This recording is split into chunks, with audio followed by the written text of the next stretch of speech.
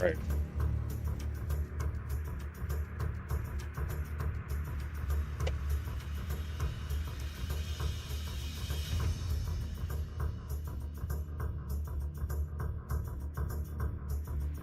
Where are we all 30 of you. What the hell? Did it just not get, did people just not get pinged or something? That's weird.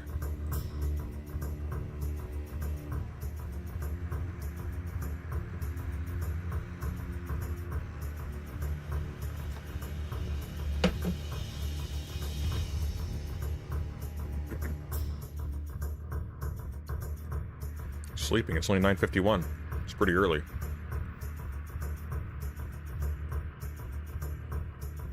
Well, if it's dead, we might as well just skip over to Sunday Dark. Actually, I wonder if people are waiting for the Sunday Dark stream. I bet they are. There's just one person there. Weird.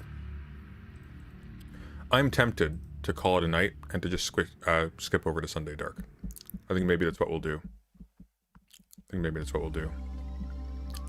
Some of us on the East Coast, yeah, but I'm used to pulling like between 1 and 200 at this time, so it's a little odd. I think usually though I schedule them earlier, like the scheduling's earlier, not the stream is earlier, so that might be a factor. It just wasn't in coming soon long enough. Whatever.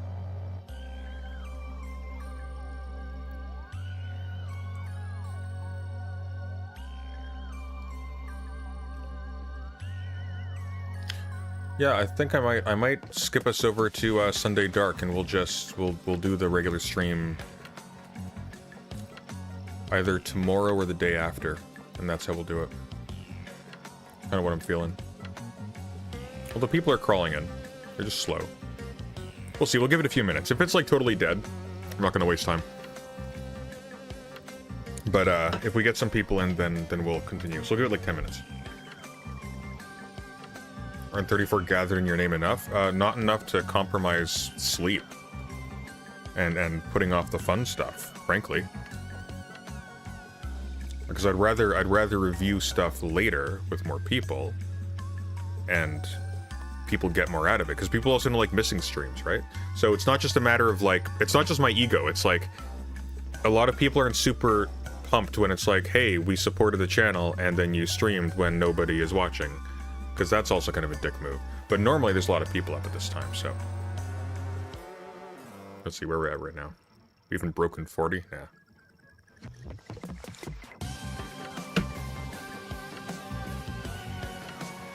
What's in the dock of things to pick up?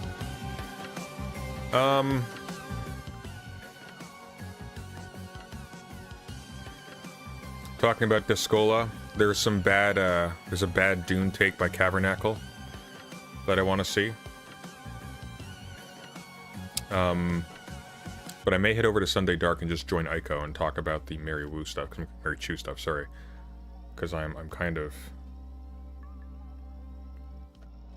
getting into it.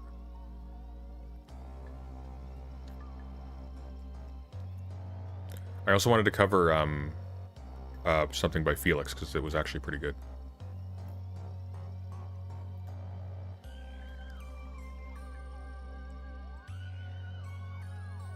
You announced it in the Cathedral? Yeah, I did. You're in the Cathedral. Why are you asking me? How did you find out about this?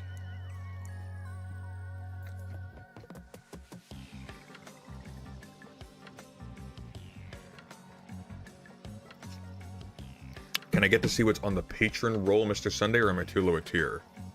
On the patron roll? Oh, if you're a patron, DM me what your Discord name is on Patreon, and I'll give you the roll. That's how it works, because otherwise I can't verify it's you, and we've had people try to troll in the past, so. You got a YouTube notice? Weird. Still covering Felix in any capacity is weird. I see no reason to give him any attention no matter what he makes. He's weird and obsessive. But sometimes he's got a point, and I'm not going to throw somebody out because, you know, they're also a little unhinged.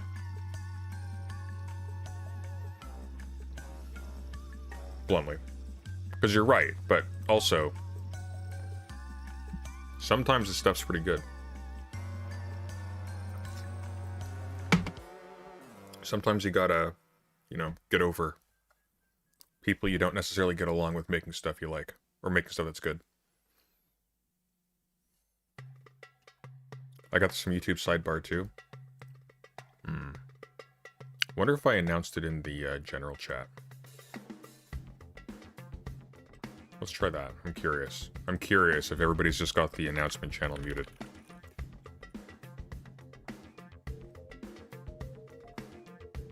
Maybe I'll just start doing that from now on. I'll just post it in... I don't know why I'm feeling sheepish about it. It's my server. I'll do it in the upcoming live streams and in the general chat. Maybe I'll do that. We need some WD-40 for what? I'm of the opinion that Felix and you like to battle. I mean, a little bit. Not gonna lie. A little bit.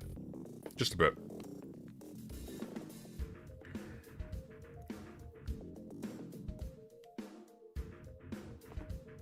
It's Trans Day of Visibility. Your audience is out wearing high vis.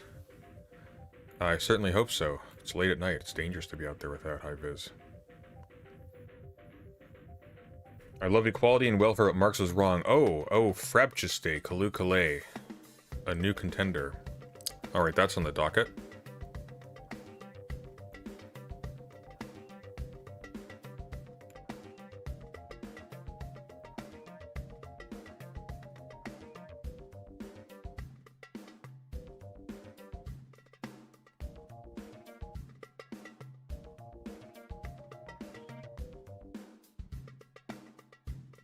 Oh.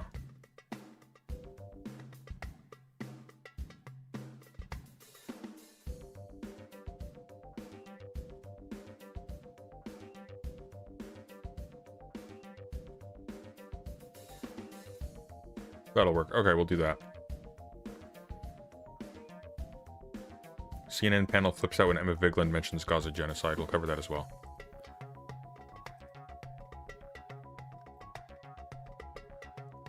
I think that'll probably do.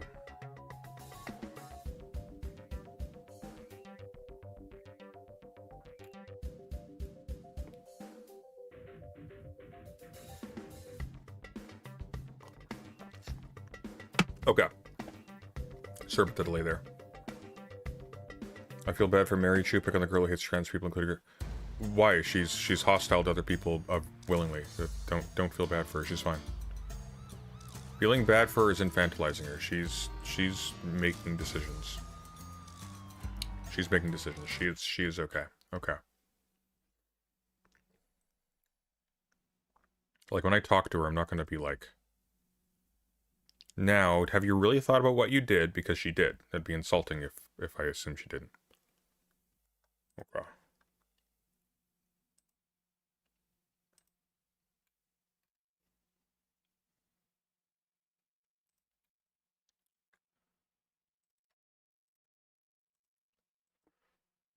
Excuse me. Okay.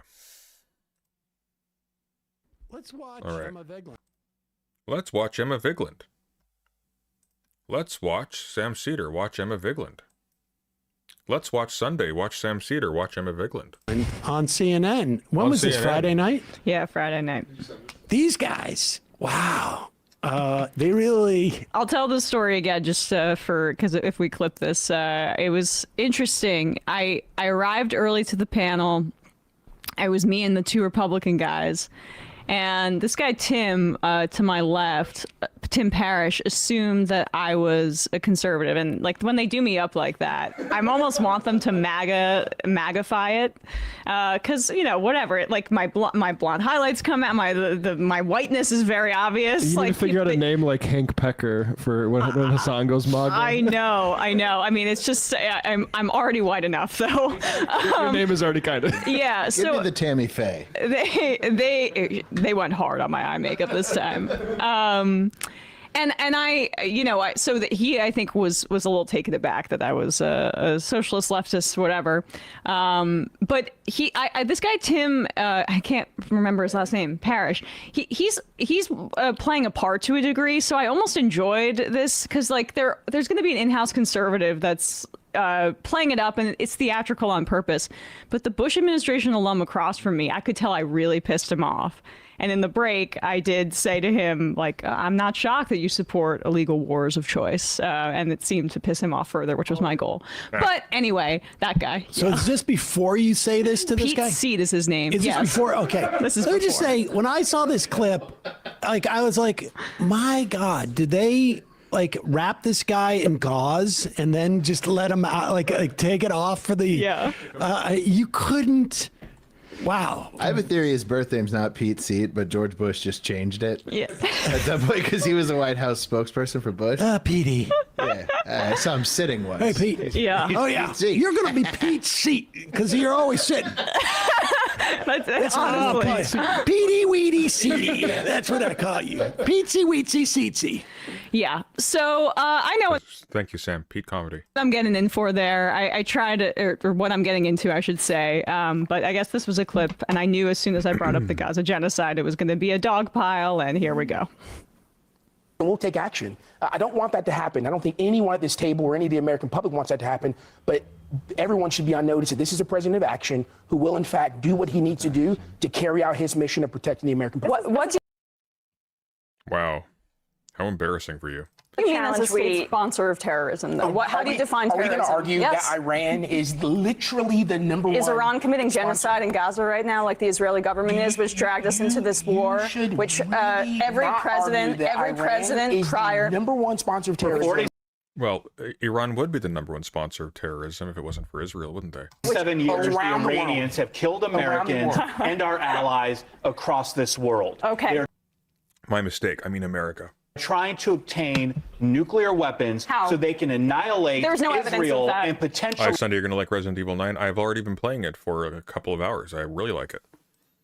capitals in Europe. There's no evidence of that. The JCPOA was actually a successful deal that I Obama find it appalling negotiated. that you're an and Iranian apologist. This is so. There's nothing I can do. Iranian Israel apologist. genocide, and then everybody swarms. No, There's the one thing that you can't say. It's the one thing you can't say. It is about Gaza. This is about a regional conflict that's spiraling out of control that the president But you is adding stated that to. there's no evidence that Iran wants nuclear weapons. They lied. There has been. They have, I mean, they want nuclear weapons now because there's literally no incentive not to get them. But they've been extraordinarily cooperative until Donald Trump decided to scuttle the negotiations. Like they had folded on that. There is religious something in the edict that has mountains. said since 2003 that they should not be creating a nuclear lied to weapon. the In United fact, Nations. we They killed- lied to the international- We killed the Ayatollah, the older father, How many heads of state have you now assassinated in the past year alone? who was actually against building a nuclear weapon I'm because he genuinely thought that it was shocked. No, you going don't to understand. I'm genuinely shocked that you are defending the Iranians, and I got to tell you, I hope. Defending Iranians. I am shocked that you are defending Iranians. See, these people are just racists. They are just flat out racists. How embarrassing for this guy in particular. I'm not going to explain why. You can put two and two together. These people are just racists. They're just hicks. Like from the before the Civil War. That's the level they're operating at. that you Not, I can't believe you're defending the Iranian regime. I can't believe you're defending Iranians. tuck yourself in at night under that pillow of lies that you just told about. That is absolute a crock of a word I can't say on national television. Okay, so the Say it. United States is funding a government that an Israeli human rights group that Selim says is committing genocide, as is Amnesty International, as is every credible human rights group right now. We are there's a massacre in Gaza. There are hundreds of thousands of people unaccounted for under rubble. That's what I define as terrorism. Now, Iran is now exerting their leverage over the Strait of Hormuz. Well, is Hezbollah a terrorist organization? Do you want the Iranians to have a nuclear weapon, yes or no? Thousands of people that have died at the Everybody, hands of you're talking Iran over would each other. disagree with your personal description of what terrorism is, and I'm sorry, it doesn't meet the. Okay, so The United States sponsors Israel, which then uses its money to assassinate people globally. Globally, not even just in the countries of its enemies. It does the same thing with Saudi Arabia, trades with Saudi Arabia, assists Saudi Arabia, solicits Saudi Arabia to engage in terrorism on its behalf. It's ubiquitous. The United States is the biggest sponsor of global terrorism in human history. Full stop. Full stop.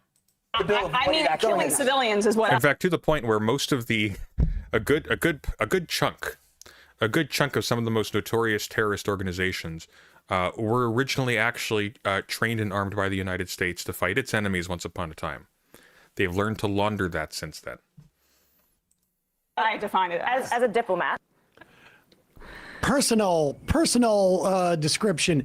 First off, can we just talk about this? They've been killing Americans for 47 years. What? I don't know how many Iranians they've supposedly, I guess, been paying money to other organizations, but there has been hundreds of probably of American military personnel killed by Hezbollah or other groups that are supposed Iranian proxies.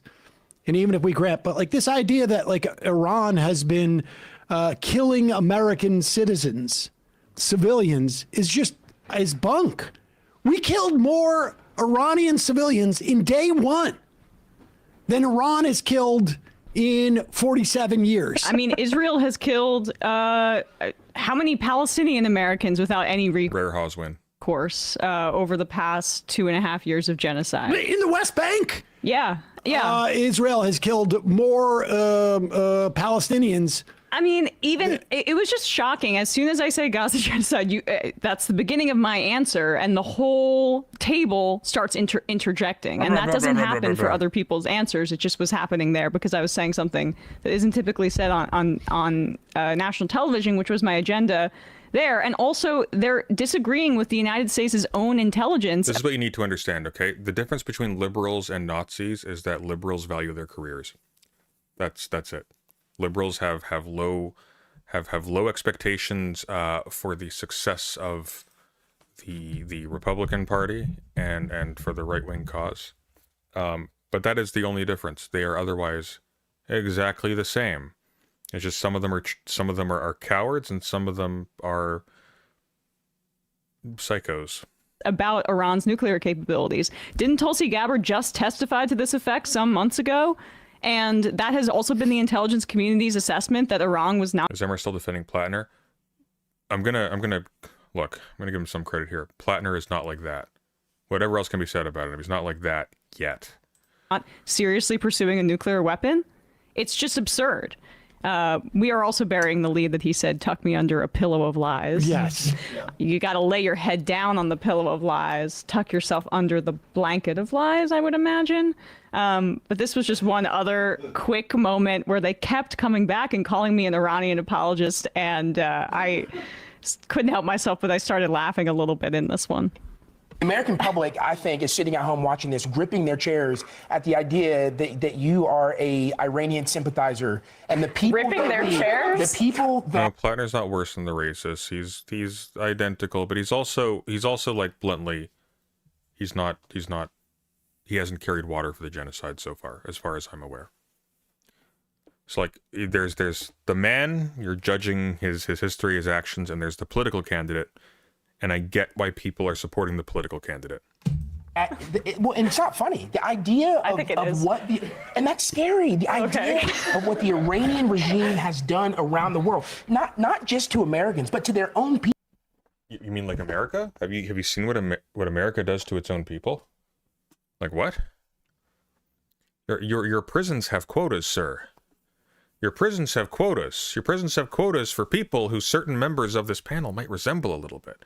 Like your economy is based on slavery, sir. People, you talked about rights and things. They killed 30,000 people. I don't defend the Iran. 30,000 people? That's incredibly. What a lethargic score for the Iranian regime compared to its enemies. It's actually kind of embarrassing. 30,000? Damn. And those are the ones in its backyard. Those are the ones that had, like, you know, a legal right to do, quote unquote. That's pretty lame, actually. Government, but the reason that we have this government. Yeah, I go into the fact that we overthrew their government in a coup, but I just like the idea of the CNN viewers at 10:30 p.m. on a Friday gripping their chairs in fear of me as an Iranian apologist, as if I was going to come knock down their door and say, time to convert to Islam, baby. This is what's so fascinating about that segment to me, is that it is exactly how stuff went in the run-up to the Iraq invasion and occupation, except, like, there were people, like, you know, there was only one or two people who were allowed to go on and express a opposition to that war, and it was pretty impressive for a few weeks, to be fair. Those are highballed numbers. Were hugely demonized. Like Janine Garofalo had keeping in mind that 30K number. That's like the 80 million killed by Mao, right? It's like, sure, you're probably taking some liberties here, and I don't know why, because I feel like a single million would have been enough. But okay, you know what I mean. Second career as a pinata in the run. It's like, oh, you think the Nazis were bad? Stalin killed 20 billion people, right? Up to that. Meanwhile, in this instance, everybody who's watching this, not everybody, but the majority of people who are watching this are going, what are you talking about? Like, how do you justify this war? They're the ones who are desperate. They are desperate for access to the White House. Bluntly, that's what it is. They want access to Trump. It's liberals picking up the toys that Nazis leave. Ones who are have no public opinion on their side, and you can sort of like they're all sort of like rookies pulling out like these. Yeah. They have their one talking point, which everybody seems to be echoing for 47 years. Sam Cedar has the voice of a mentor figure from a Disney Pixar movie, and I will never walk back from that statement. Iran has been killing Americans. Really? I mean, the debate continued into the break, and they were seemingly genuinely upset by what I said, and said so to me. So they probably are living. I'm shocked. But I guarantee you, after saying Hezbollah killed 250 U.S. Marines in 1983, they have no more answers. They'll say, "Well, Hezbollah killing." There's no international terrorism that has killed Americans that has been sponsored by Iran. Maybe. I honestly, like, if somebody has it, IM me by all means. Yeah, like the AP poll, 62% of Americans do not support ground troops in Iran. Only 12% support it. And see if that is. But those 12% are probably going to get it at this point. I've been swayed over the last couple of days. Reflected in the mainstream media. You got to wonder what CNN is thinking about with this Ellison takeover, if that ends up happening, because the Jake Tapper is quadrupling down on his racist Zionism. I saw he was retweeting anti-Hassan stuff this morning, and it appears like maybe Tapper wants to move out of the late afternoon and move into a late night anchorship. There's a lot of things that people are doing right now to audition for the new owners of the whole network. Podcast set that they've set up is completely to appeal to Barry Weiss. Yes, it's completely to appeal to her. It's so. Well, she's doing such a great job. All of this is so embarrassing. All the stuff too around Hassan is so embarrassing because here's the thing. The idea that they can sort of like drive a wedge between Hassan and Democratic lawmakers, no one cares. Yeah. No one cares. It is such a Pyrrhic victory. No one cares because the politicians that are interested in Hassan, they're going to continue to watch Hassan. They're going to continue to talk to Hassan. That's not a Pyrrhic victory. There, I mean, it is. They just also a can't loss. decide if Hassan is not impactful enough, which we're seeing some articles. There's no victory is the problem. Like, you have victory in a game or a contest in which there's a win state. There's no win state here. Keeping the flow going. Everybody has an incentive to keep Hassan, because Hassan is content. Hassan is content if you're a right winger. Hassan is content if you're a left winger. Nobody wants Hassan to stop being Hassan. If Hassan stops being Hassan, and you really have it in for Hassan personally, maybe you got a victory. But I don't know. No. Also, by the way, if your goal is to take down a Hassan Piker, you're a loser, because Hassan Piker is a himbo who talks about the news on the internet.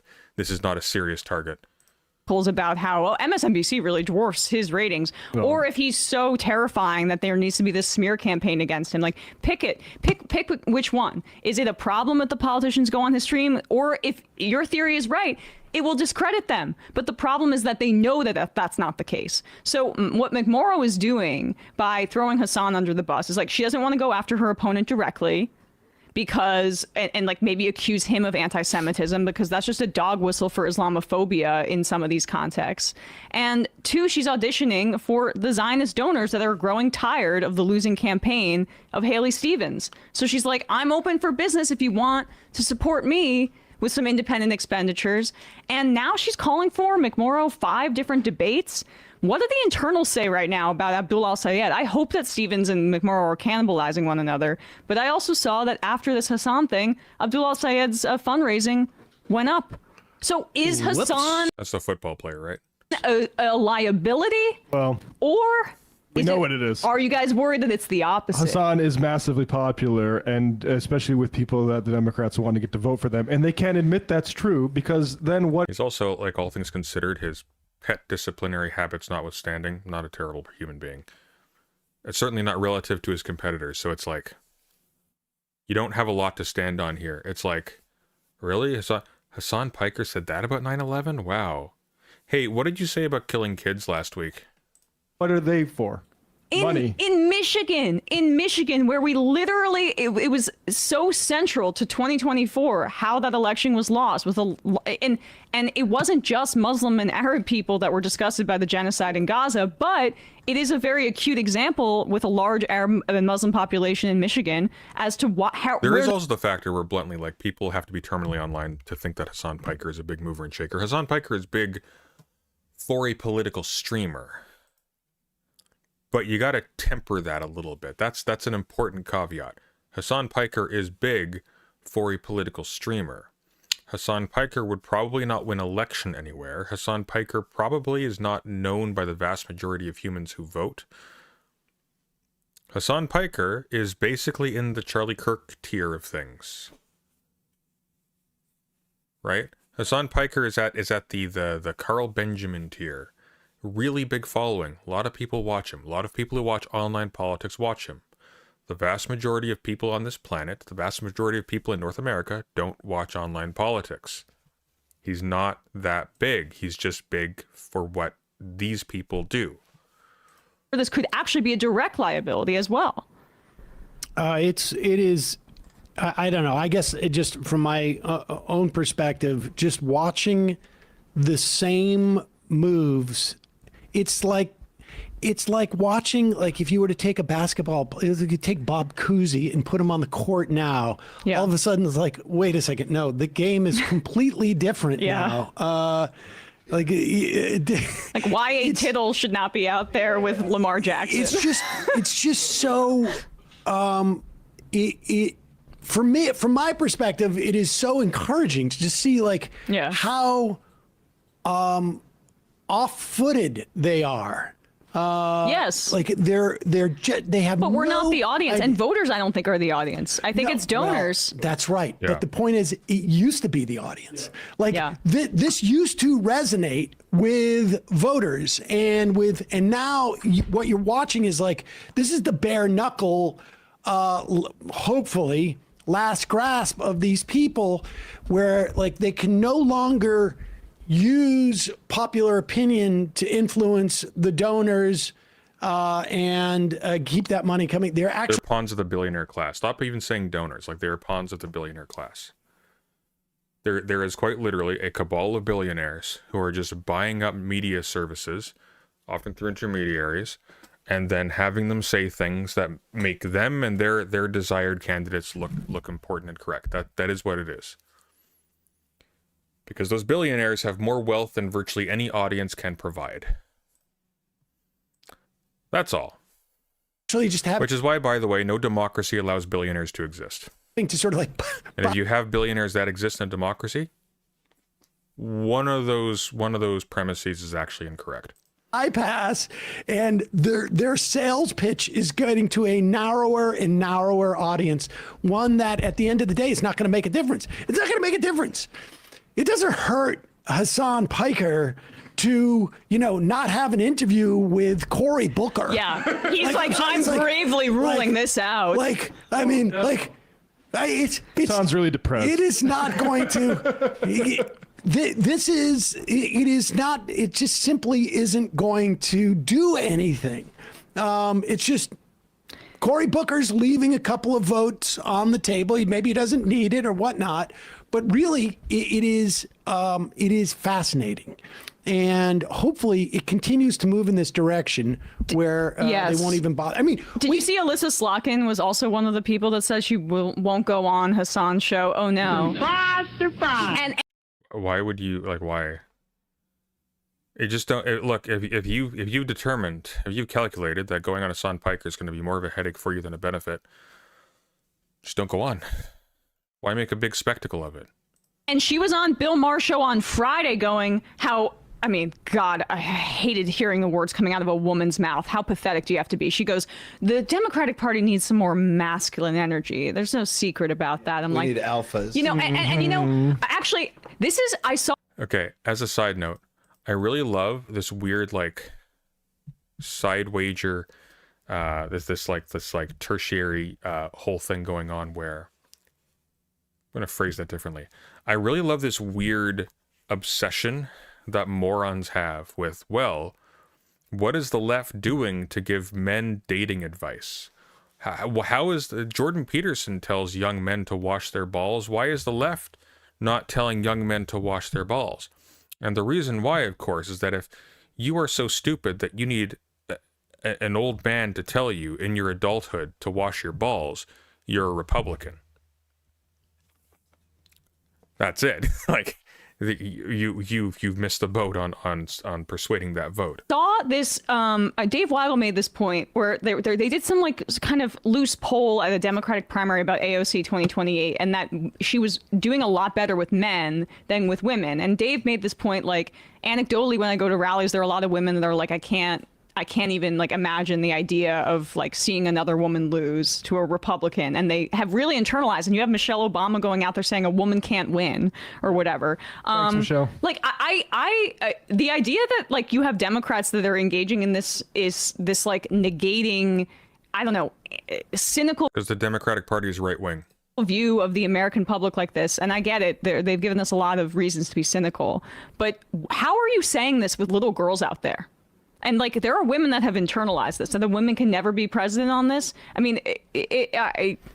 don't know.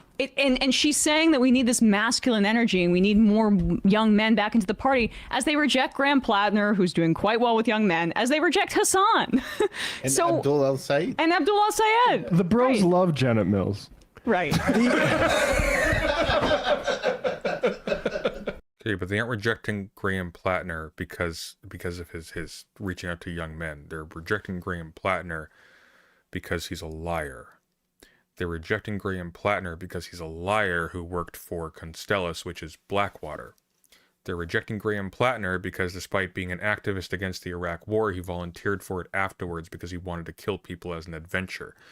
You do not want someone like this forming the culture of your party. That's it. You don't want that. Dude, she's wicked pissa. Yeah. She totally. See at 11. You know what Alyssa Slotkin is doing, right? She would be terrified to go on with his. Oh well, she after she did that, she needs an excuse to not. There is a flip side where the constant Hassan glazing is getting a little bit obnoxious. It's I'm sorry. I'm sorry, he will also disappoint you because he is also captured and he is also fundamentally a YouTuber. You are not doing activism by watching Hassan Piker. Hassan Piker also boosts people who are themselves detrimental to the people who end up following him. Like, he's not very responsible with what he does. As far as like the vast majority of political content creators are concerned, Hassan Piker's pretty okay. That is a low bar. That is a low bar. Not go on. So she makes it like I'm taking a principled stand instead of she is cutting and running.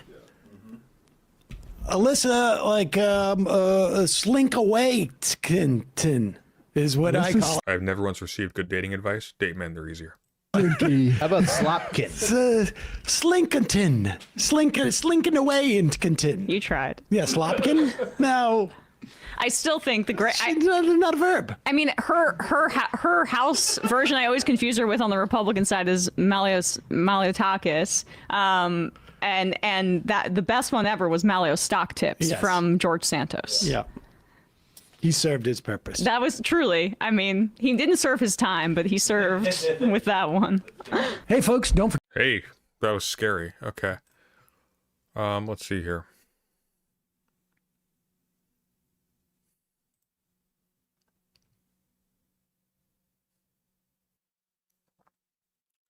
So we got a choice. We have Cavernacle giving a really wretchedly bad take on Dune, or we have a newcomer, Huey Lee and the News, who I've never heard of before, with a video called "A Love, Equality, and Welfare, but Marx was wrong, let alone Stalin and Mao lol."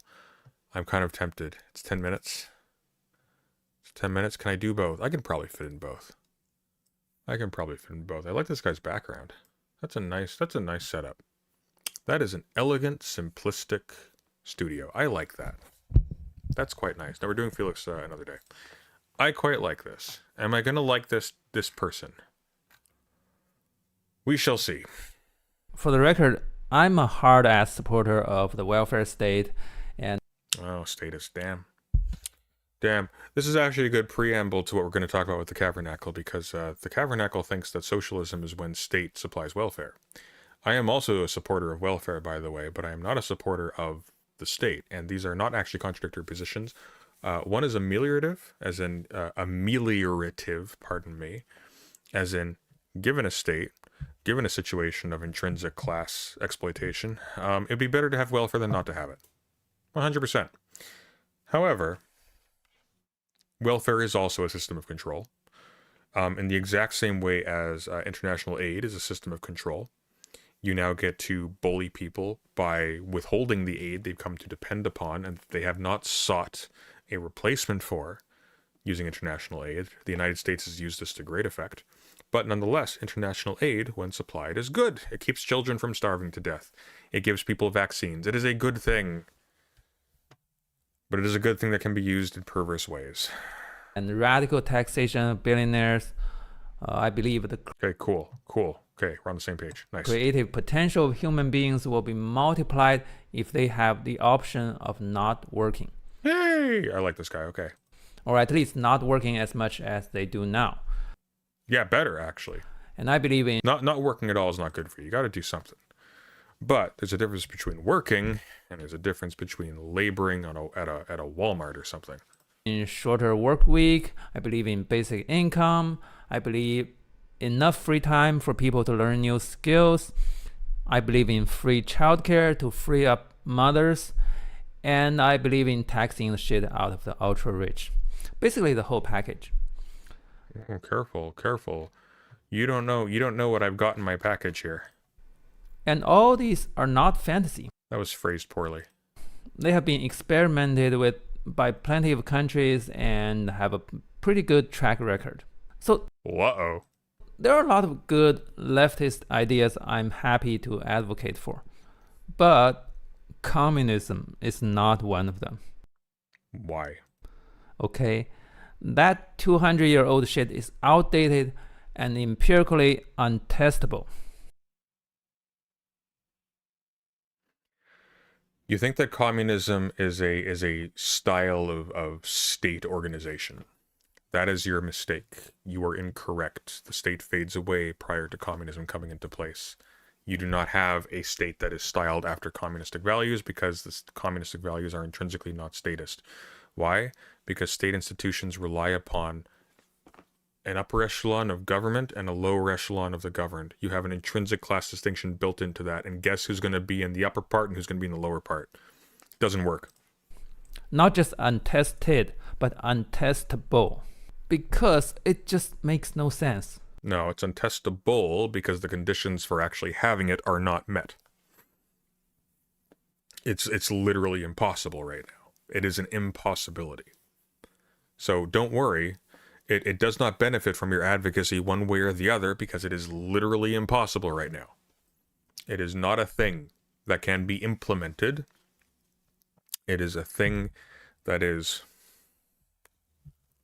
argued will result from a whole lot of other really nasty things. You think it will ever be possible? I have no idea. Probably not, to be honest with you.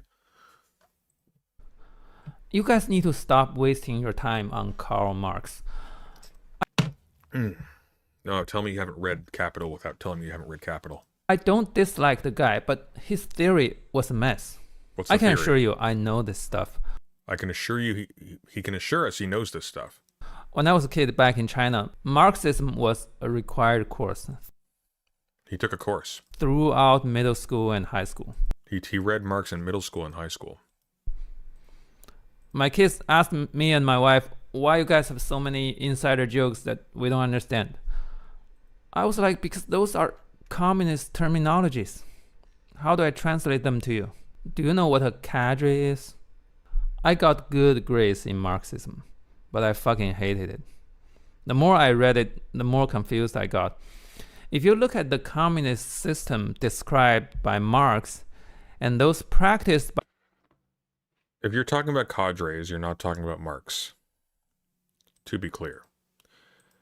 You are not talking about Marx if you're talking about cadres.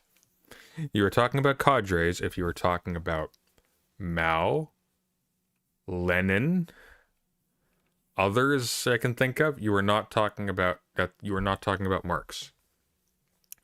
Marx didn't write about cadres. by Lenin, Stalin, and Mao. They were not just different, but outright opposite. And the teachers would tell us that those great things Wait, what? Say again? practiced by Lenin's system described by Marx, and those practiced by Lenin, Stalin, and Mao, they were not just different, but outright opposite. Now I'm confused. Because he's sort of right, but he shouldn't be. And the teachers would tell us that those great thinkers were all correct. So we had to memorize all those contradictory statements. Going to give an example? Because they are contradictory. But are you going to give an example? And defend them. Well, if you had to study the Bible as a kid, you probably know what I mean. If you believe in both Marx and Stalin at the same time, it's like believing Jesus and Trump at the same time. You're just kidding yourself. You're attracted by this fancy idea and you want it to be represented by a powerful figure. So you allow that powerful figure to interpret that idea any I like this analysis so far. way he wants. It's not healthy. But I don't know how this impinges on Marx. You're just blinded by the halo of the strong man, so you're confusing power with evidence. Let's start with I like his voice though. Marx's definition of communism. It's vague as hell, so I don't even want to entertain it. But for the sake of the argument, let's see what Marx said. He claimed that a communist society would be stateless, moneyless, and classless. Right. And he said people would contribute their labor. Because it's the resolution of class conflict. It's the dissolving of class disparity. Like that would be why. Voluntarily based on their ability, and then receive goods and services based on I like how he spelled according with a U. their needs. Oh God, where do I start? The classless part. Start with the classless part. That's the key to it all. Stateless. Okay. Okay. So there will be no cops. Sounds great. Oh my God, man. Oh my God. See, this is why I know you haven't read Marx. This is why I know you haven't read a lot of actually like state theory, bluntly, especially theory that's critical of the state and critical of state ideology. There have been stateless societies until relatively recently in human history. Big societies that had a whole lot of people with weapons that were disciplined and could wage war. They weren't states. States are a particular organization that abstracts rule from an abstracted consent of the governed or some other principle to produce a bureaucratic system that governs over a territory and is not continuous with any community in that territory. It stands apart from it. It could technically transplant itself and rebuild itself on the moon, replacing its citizenry with little green men. Completely plausible. You could take Canada. Canada could colonize the moon and say this is Canadian territory now. The Canadian state has now relocated to the moon, and there's a race of spider aliens up there, and those are now Canadians, and that's now Canada. Canada is now the moon. My apologies. You can't do that with a society that is based on an alliance of individual households or tribes, say, for example, using an antique situation, in which order and stability and what you typically refer to as policing today is actually done by a whole lot of different agencies all at once, and where law and order is also maintained by people on the street who have intimate relations with each other and therefore more capacity to exert social pressure on each other when they break social mores. There's a reason why pre-state societies, which by the way are not pre-city societies, are not all that other stuff, there's a reason why a whole lot of pre-state societies were not in constant states of anarchy and violence. Because anarchism doesn't mean anarchy. Anarchism is a principle that you don't derive order from the top down. You derive order properly from the way in which human beings on the ground figure out how they work together. And you actually have more robust societies that way. However, if you have a big army at your disposal and a whole lot of money, you can impose an order from the top down, but you're going to lose out on all of the benefits from having an actual organic society form from actual human relations. And it's going to be a lot more vulnerable to, mismanagement, because now it's a delicate piece of clockwork that has to be carefully handled by someone who really doesn't understand what he's tinkering with. And also, it's going to be much less resilient to the kinds of stresses that societies undergo constantly than a society where there are actually tight-knit networks of support based on actual practice, right? So there will be no police. Of course there will be no police. Why? Because the police is referring all law and order and all public discipline and so on and so forth to an alien agency imposed from the top that drives in with their vehicles and their weapons and terrifies the population into compliance with the rules. We have had compliance with social rules before the police existed. That is new. You do not need a state in order to have social order. You need a state to have social order in a society that has been entirely held together by a state. Because when you remove the state, all of a sudden, you basically still have a state, just ineffectual. And you have all the same complete alienation between people. You have no connections, no relations of support or trust on the ground. And so of course everything falls apart because everybody was already an enemy to everybody else under the state. They just had a bunch of men with clubs and guns and tasers to make sure they pretended like they were friendly. Great. But who am I going to call if I see a rapist? Are you telling me that people will be so happy under communism that they will no longer commit sex crimes? How? You give everyone a sex robot or something? And don't forget... Yeah, this is stupid. This is actually genuinely stupid. This is stupid and lazy. That sex crimes are not about sex. They are about power. That is also the stupidest meme in the world, just to be clear. Sex crimes are not about sex, they're about power. Sometimes they're about power. A lot of the time, they're about sex. It's a dumb thing to say. Like, listen, we've solved human psychology, guys. We now know the motivations behind every single person guilty of SA. They all just want power. It's like, well, no, maybe some of them were horny psychopaths. Like, are you serious? It's actually the most stupid thing in the world. Genuinely, it is actually so stupid. Like, let's change the domain a little bit, okay? Robbery is not about people wanting money. Robbery is about power. Okay? Cheating on your exam isn't about not wanting to do your homework. Cheating on your exam is about power. Like what? What does that mean? What do you think power means? That's an interesting question. What do you think power means?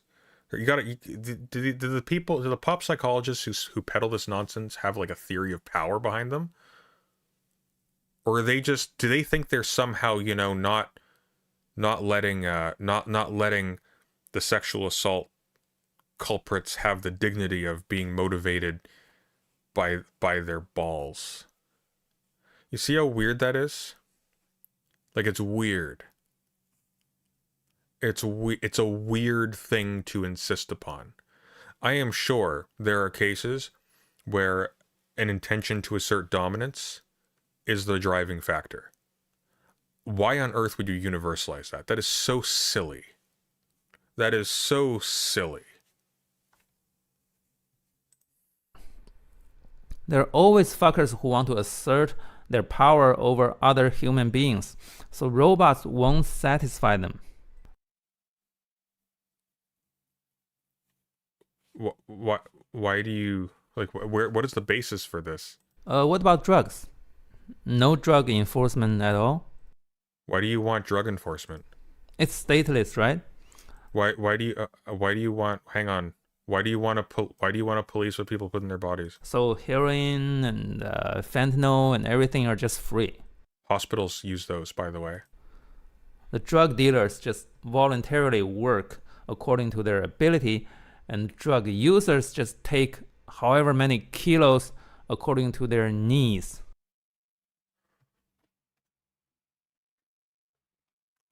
What is the incentive for an illicit drug trade in a moneyless society, sir?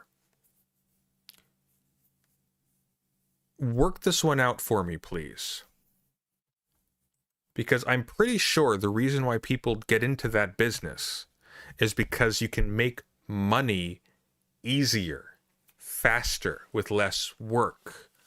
That's the entire point. That's the entire point. That's why people do it.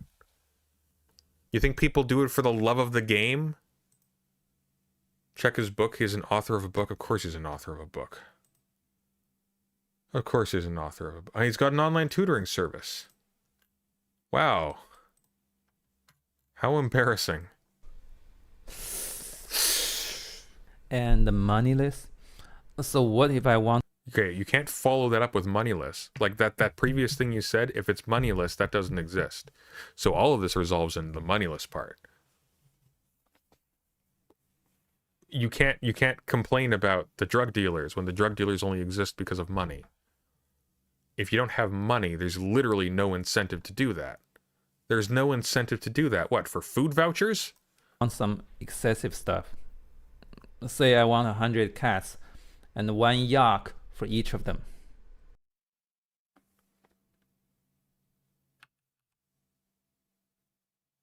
I'm gonna need to hear that again.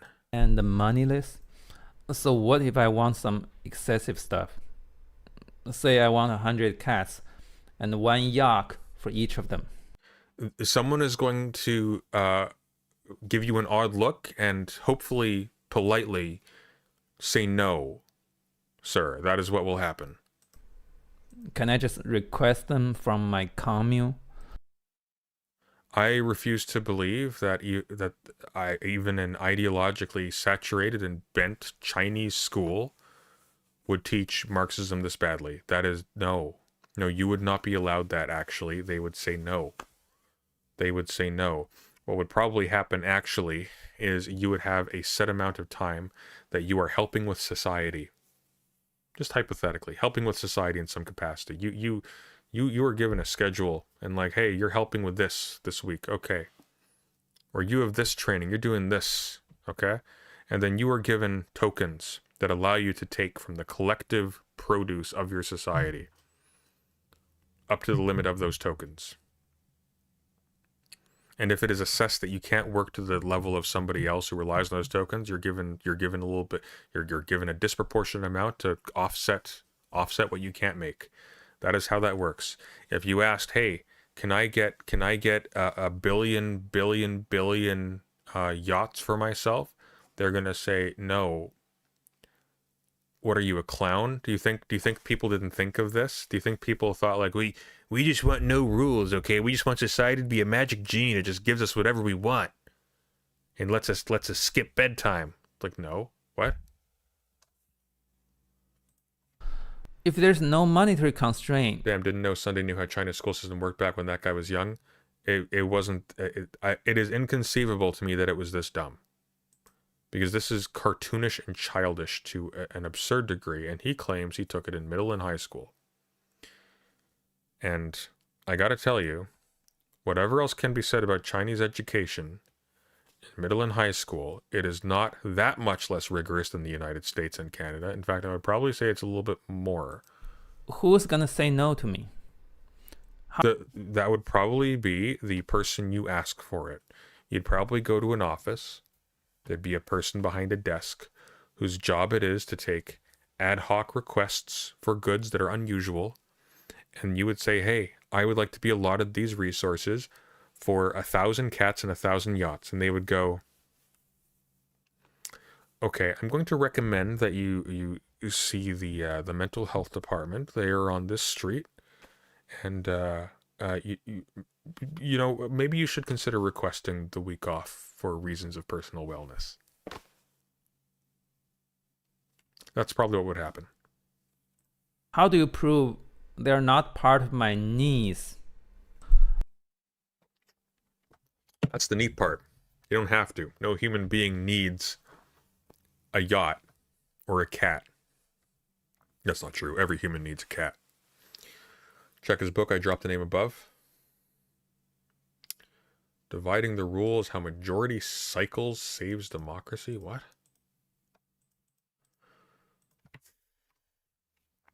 I'm not dividing the rulers. University of Michigan Press. Interesting. He's in political science.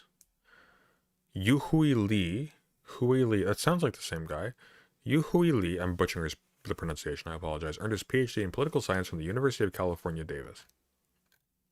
So he's one of my people. Because this is embarrassing. This is genuinely one of the most embarrassing presentations I've ever seen on the subject.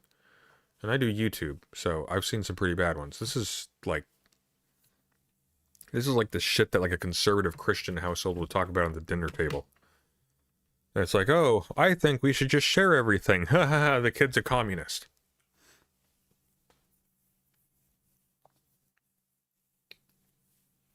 By the way, another exhibit as to why I don't lord it over people because I have a degree and other people don't have a degree. It doesn't mean anything. A degree commits you to a higher standard of care with respect to the level of output you should be providing.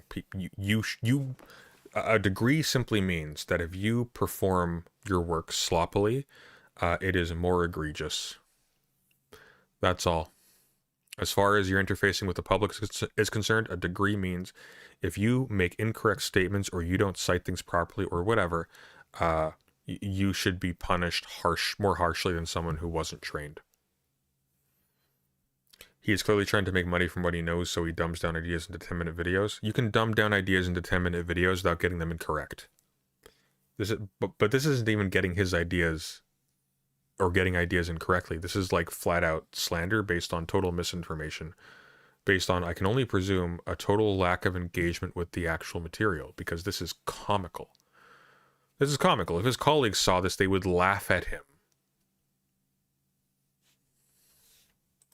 Marx didn't answer any of these questions. He just That's because they're stupid questions, sir. They are stupid questions.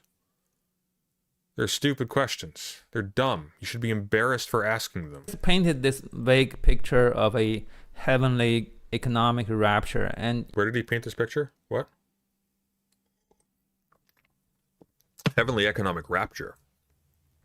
He said, and I quote, "We won't..." What was it?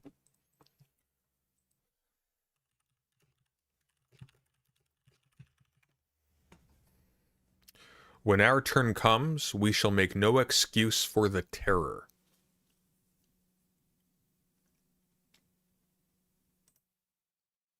Heavenly what? Are you insane? you guys actually think it will happen? No. You might have noticed that Marx was vague about it. It's almost like it wasn't actually a big part of his whole work. At Gengaros Bookmark that 330 thought. super chatted $5. I refused to attend my high school and state college graduation because of how little I felt about the degree and ceremonial nonsense. I skipped my convocation because I couldn't afford the robes. Have you lost your mind? Someone once told me that ants are essentially communist. He asked me if ants can cooperate with each other without conflict and punishment, why can't we? Well, let me tell you this. Okay. Ants are communist because all the ants in the same colony are biological sisters. Okay, but here's the thing though. There are societies where everybody was related with each other also. Did you know that? There are societies where people weren't related with each other also, and yet the basis of their association was that tribes agreed to, partition out like certain areas for themselves in alliance and to cooperate for certain ends. What is the argument here? People survived and thrived without states for a very, very long time. If they didn't, states wouldn't exist. You need literacy and technologies of organization and administration in order to have states. They are not obvious. Let the man make the argument. He's made the argument. It's dumb. I've heard the argument already. He made the argument.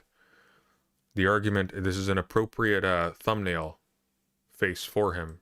Editor, this is the thumbnail. It is deserved. They're all from the same mom. And most importantly, they don't have sex organs. So they don't compete with each other sexually. They don't What a peculiar element of the equation to focus upon. reproduce. They have no other life purposes than feeding the queen to produce more little sisters. And each of them lives a few months top. The male ants don't live at home, they just fly around to find a queen, and die right after getting laid. How do you compare species like this with humans that have emotions and desires? Oh, right. He's an idiot. The point was not that human psychology is analogous to ant psychology. The point is that there are even examples in nature of the stupidest animals on the planet figuring out how to cooperate for their collective good. The actual argument would be, well, human beings want things like glory and possessions and all of that stuff. They want to be better than their peers. They don't just want the collective good. They desire that they are greater than everybody else around them, or at least great enough that they can think of themselves as like, you know what, I gave it a good run. The problem is that you are so far behind in political science, amazingly, that you haven't even caught up to Thomas Hobbes, let alone Jean-Jacques Rousseau, because there are reasons why people still get along in societies without being offered that opportunity. There's a reason why societies in which there wasn't a monopoly on the legitimate use of physical violence, for example, could still be theorized by someone like Machiavelli. Like, you have no idea what you're talking about. This guy has no idea what he's talking about. This is a political science PhD. I'm almost glad I didn't get one, because this is embarrassing. And even ants are not stateless, okay? If they found more than one queen in their nest, guess what? They kill the extra ones. Okay. That's some Game of Thrones shit. No, that's ant shit, actually. So Marx's definition makes no sense. But if you can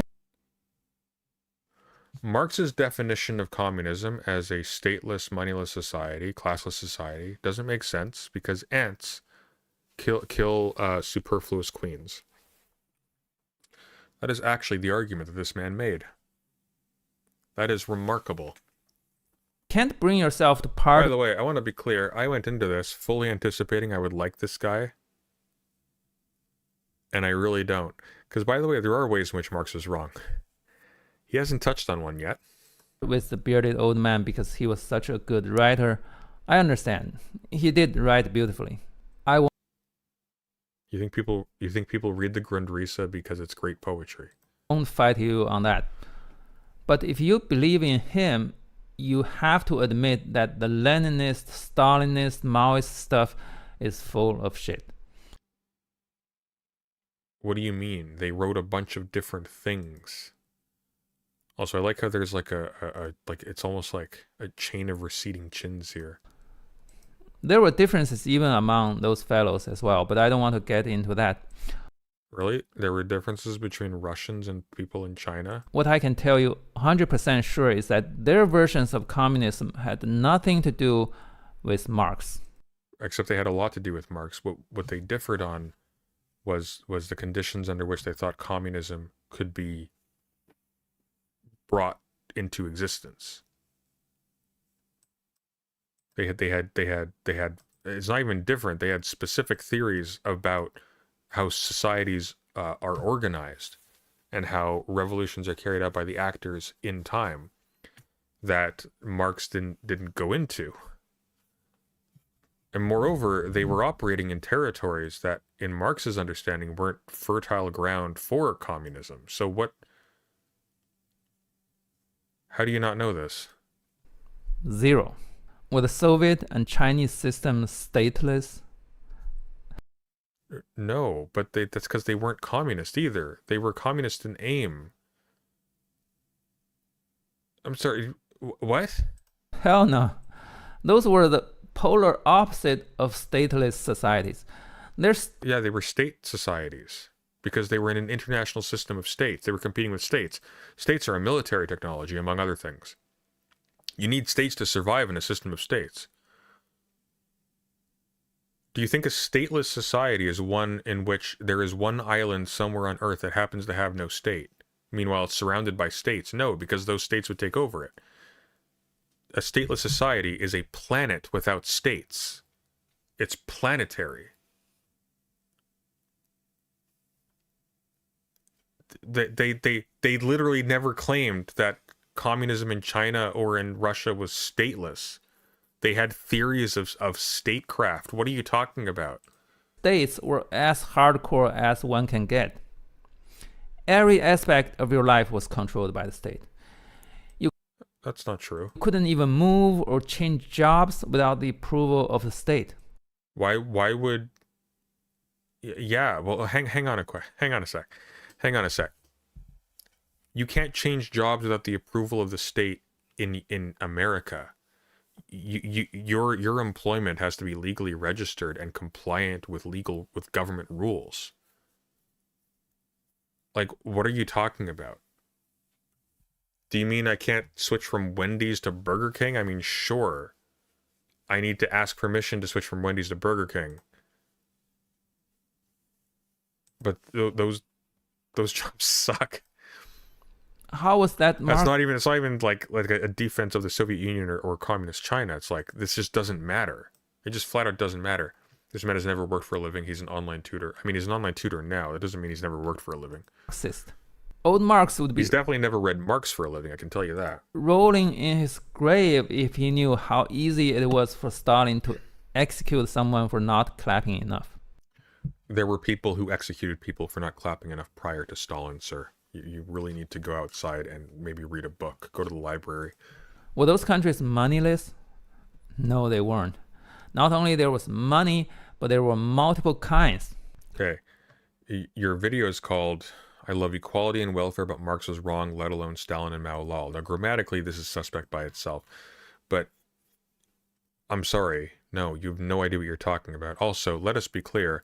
A piece of paper, this by the way, this is money, but a piece of paper that has a value set on it that you exchange for goods is not the definition of money. This is really important. Money has to be fungible with the labor value of other products. A certain amount of money has to be equal to a certain amount of cups, a certain amount of pencils, a certain amount of chickens, whatever. And exchangeable with them as itself. A voucher that you take to a state store where you trade in your labor for a certain allotment of these things with certain guidelines so people aren't just like getting stuff that makes them non-functional, is not money. Those are vouchers. That's different. That's like calling food stamps money. Food stamps are not money. This is called a 粮票, meaning a food ration ticket. In China's... Yeah. So you know what a food ration ticket is? It's a ticket for a food ration. You know what you can't do with a ticket for a food ration? You can't invest in a slave plantation on another continent. That's what you can't do with a food ration. That's the difference between money and vouchers and tickets. You idiot. Communist years, you need both money and the ration tickets to buy food. Right.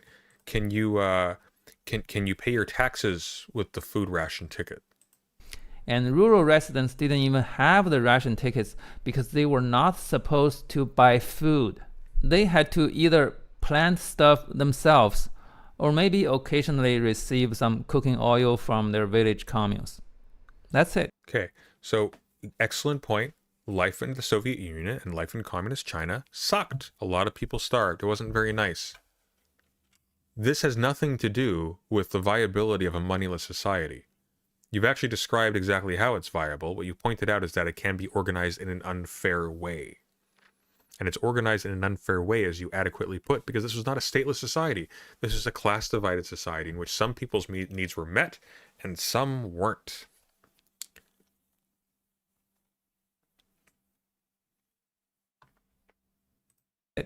You want some crackers? No, sir. That's not how these countries worked. Sunday, people were given currency in return for labor and bought goods in stores. How is that contradictory to anything I just said? Are you serious? Are you serious?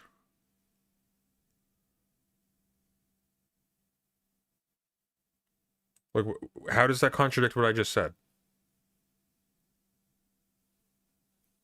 Like, I'm not an expert on how the Soviet Union worked. I'm not an expert on how Maoist China worked. But you're not contradicting me. Like, at all. You're also just calling it currency. You're calling these generally currency. You ain't have no food tickets. So those communist countries were not moneyless. No, because they weren't communist countries. You said they were given vouchers that did not use currency. No, I said a voucher is not a currency. I said a voucher is not a currency. I did not say they didn't use currency. They had money. They had actual currency. They had money.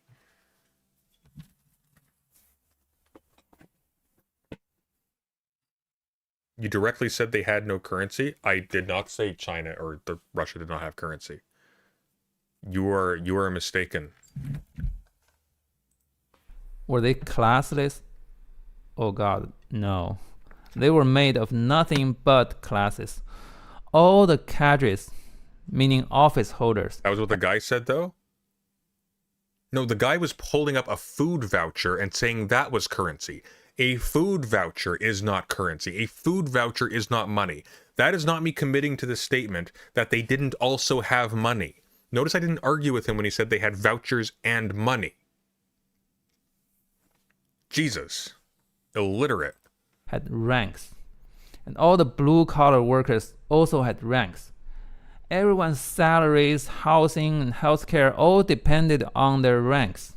Right? Rural workers it wasn't a classless society.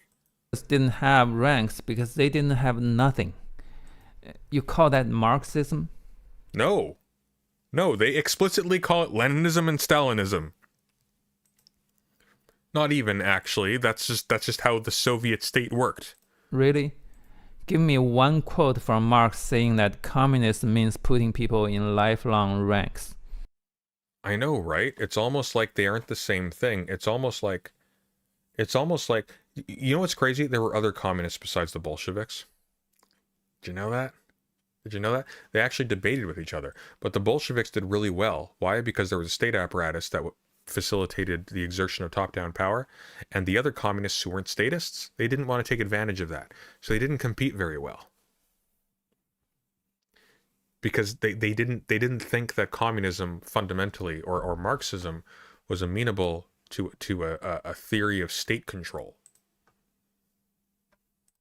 The Stalinist and Maoist distribution was not from each according to their abilities to each according to their needs. Okay. Yeah, Stalin was a bad guy. Why would you say something so controversial yet so brave? Distribution was from each according to their job assignments to each according to their ranks. Those were modern industrialized caste systems. If you insist on So it's not a classless society. It's almost like, as you said earlier, they aren't the same thing. Following Marx, fine. But that means you need to denounce Stalin and Mao, okay? Well, not really. Like, I can denounce Stalin and Mao. I have no qualms about that, certainly as individuals. Stalin didn't really write a whole lot I was very interested in. Mao wrote some interesting stuff, especially in terms of guerrilla warfare. But no, you don't. If you listen, guys, if you read Aristotle, you have to denounce Plato, okay? If you read Plato, you have to denounce Thrasymachus, okay? You have to, if you read Deleuze, you have to denounce Hegel. That's just how it works, okay? If you read, I guess I gotta have to strike that and reverse it. If you read, you see how dumb that is? Okay. Stalin wrote some dialectics. Look, I read Stalin's essay on nationalism, and it was really bad. They were basically stealing old Marxist terminology to do something entirely different. Marx was dreaming about a society without a violent state machine. No, he wasn't. He was dreaming of a society in which the intrinsic violence of class exploitation resulted in, hopefully, a situation in which that simply fell apart under its own contradictions and a more organic order asserted itself, essentially. That's not, what you're talking about is not in Marx. And we can tell that he hasn't read Marx because he hasn't cited literally, he hasn't referred to anything that Marx has said. He had a quote from the Communist Manifesto, the short one. This guy's operating at a Jordan Peterson level. Stalin was implementing... Is your jaw broken or something? Why do you speak this way? No, I'm just Canadian, and my jaw is too short. A society with nothing but a violent state machine. It was like the evangelicals telling you that Christianity is about kicking out the immigrants. They're gaslighting you. Basically, Marx and... Why are you invested in that? Stalin were both wrong, but they were wrong in opposite directions. A sound Christianity could be about kicking out the immigrants. There were a lot of Christians who thought that it was a sacred duty to repel the Islamic Empire. Mind can't possibly believe in both. So come back and debate with me when you decide which version of communism you choose, but it can't be both. Oh, and a word to the conservatives. The Northern European welfare states are not communist. Their economic system is totally justifiable using modern economic theories such as externalities, financial constraints, information asymmetry, deadweight loss from monopoly, all empirically tested theories that are being refined and updated constantly. What do you think you're saying with that sentence? I do not think you are saying what you think you are saying. I really do not think you are saying what you think you are saying. Yeah, this guy is really dumb. This guy, astonishingly so, actually. He's got some nice, cheap Walmart paintings on his wall, though. Trained economists and political scientists. Yeah, that's me, unfortunately, and I don't think so, friendo. No, I don't think so. No, that's dumb. That's dumb, actually. All right. How much time do we have left before we have to go to President Sunday dark?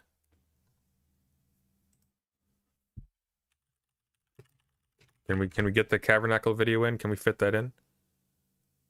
Oh, we got till I think we have till 11:45 technically. Let's do it. Let's do that bad Tabernacle Dune video, and then we'll go play Resident Evil 9.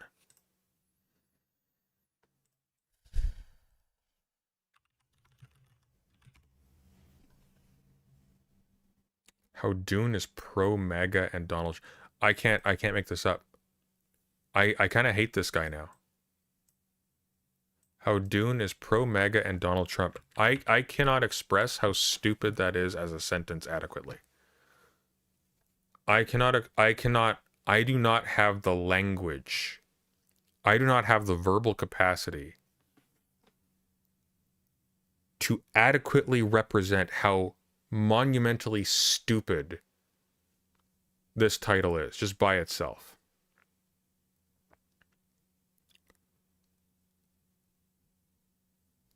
Is his whole thing going to be the author was Republican?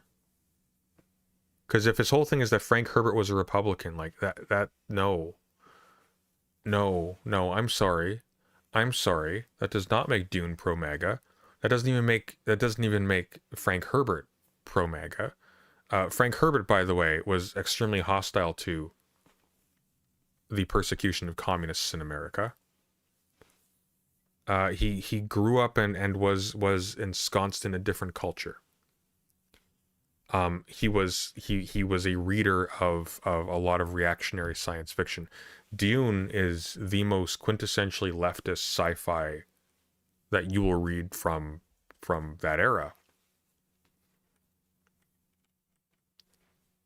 It introduced systems theory to a massive swath of people who otherwise may have never encountered it. Systems theory, by the way, systems approaches to politics and society and ecology and all these things are the most anti-conservative positions you can have.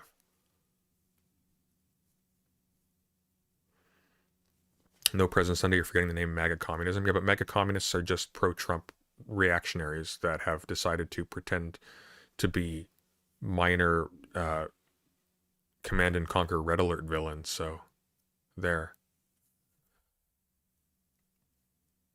All right, I'm gonna run to the washroom, then we'll start this. So this is a video. This is a dumb video. This is a very dumb video. I'm gonna not like you more at the end of this video than I already didn't like you at the beginning, and I'm not looking forward to it. I'll be right back. What's a right-wing sci-fi? The moon is a harsh mistress. There you go. I'll be right back.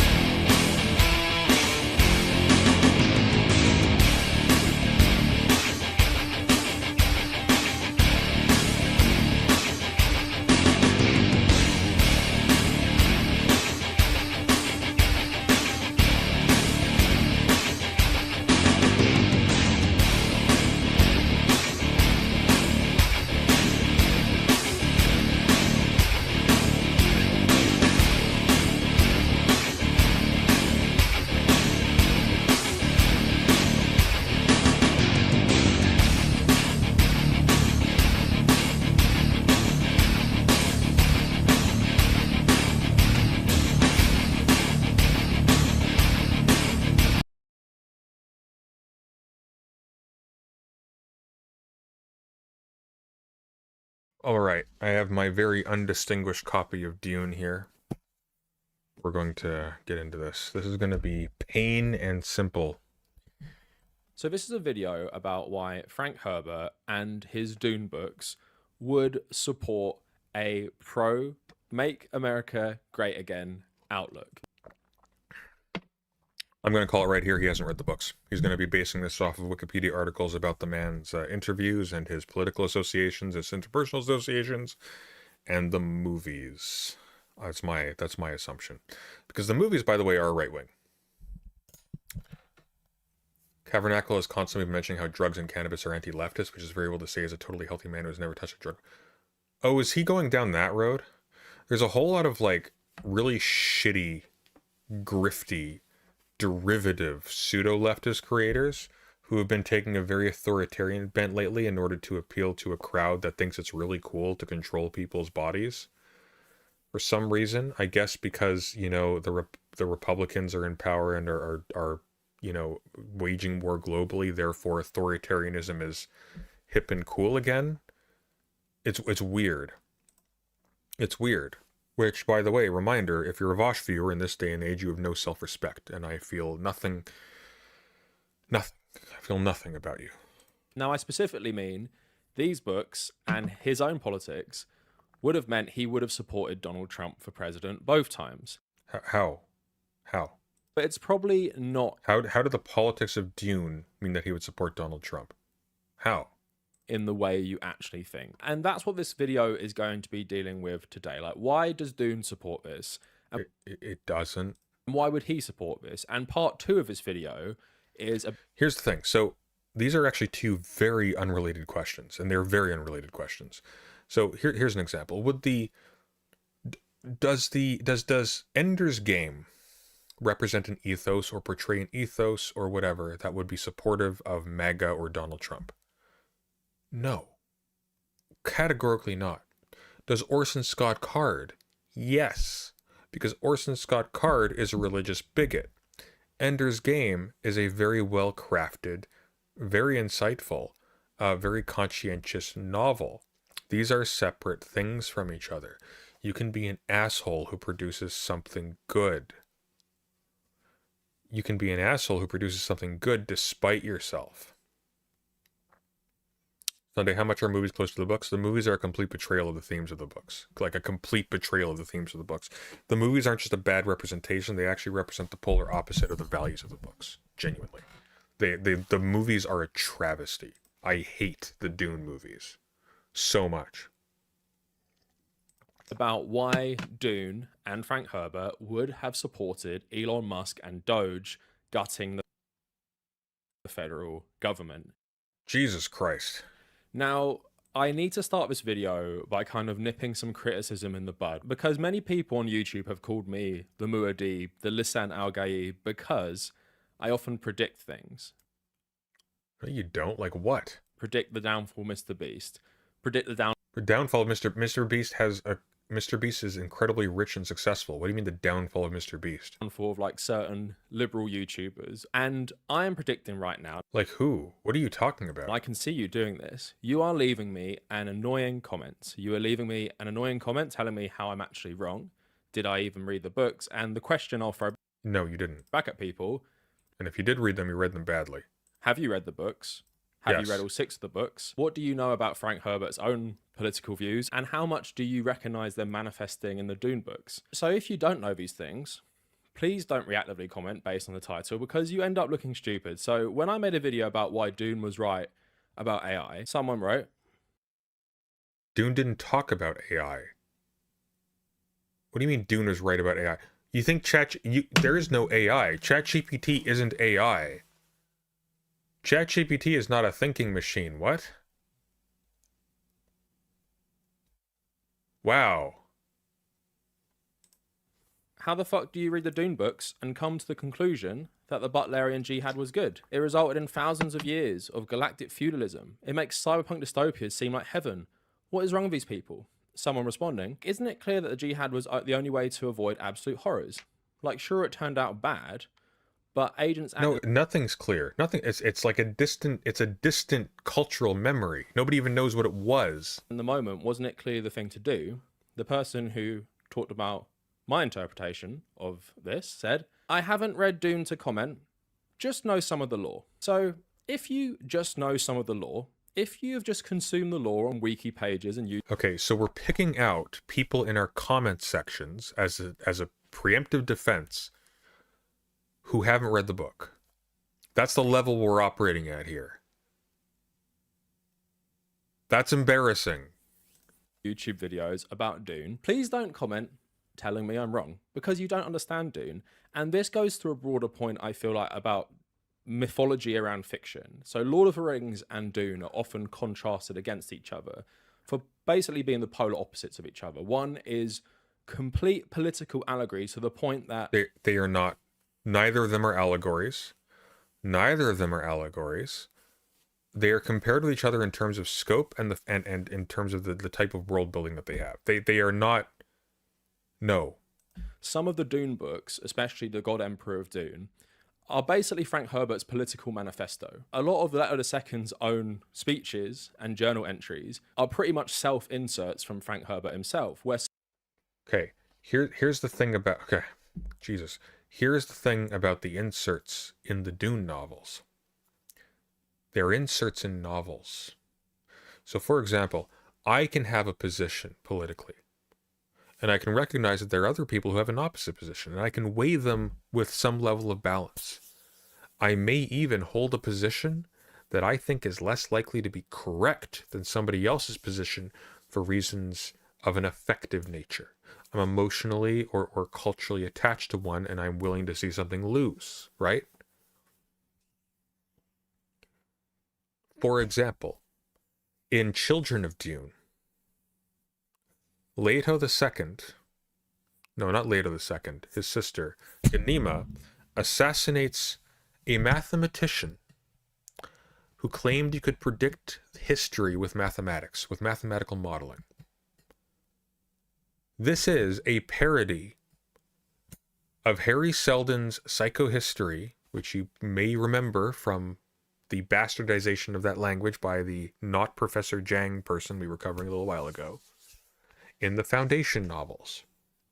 Because partially, Dune was a commentary on a lot of the attitudes towards individuality, society, and so on and so forth, and its relationship with the world that the Foundation novels represented.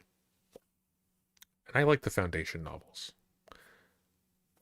But that does not mean that this person was staking out the opposite view. That's a part of representing the different positions. And to be clear, everything ends in dust in Dune. Like that's there is no side, quote unquote, is ascendant in the end. Everyone is gone. Chapter House Dune is distant in the future. Someone like Tolkien hated political allegory, hated comparisons of his work to contemporary politics, and completely rejected those. But there's a certain mythology that builds up around both bodies of work. So if these two videos do well, I'm going to make a bonus. Frank Herbert was not making analogies or metaphors or allegories. Frank Herbert wrote a world that actually made sense based on the principles that govern our world in the exact same way that Tolkien did, by the way. Tolkien had a different understanding of them. Tolkien didn't insist upon making his world nonsense. It was built upon how our world functioned. The only difference is that Frank Herbert understood a little bit about how capitalism worked. Bonus video about why all your takes about Dune are wrong. So there's a couple about Dune, like Dune is an anti-white savior story. White savior specifically, like it really engages with racial dynamics and stuff.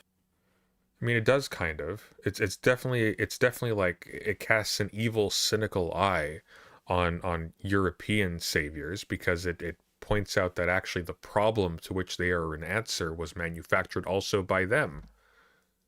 So, yeah. Stuff like that. That's a completely wrong interpretation of what Dune is trying to say about Messiah figures. It doesn't engage with the racial dynamics. In the same way, but it does though, especially when you understand, especially by the time that Frank Herbert is writing, as in our own time, Islam is heavily racialized in the West.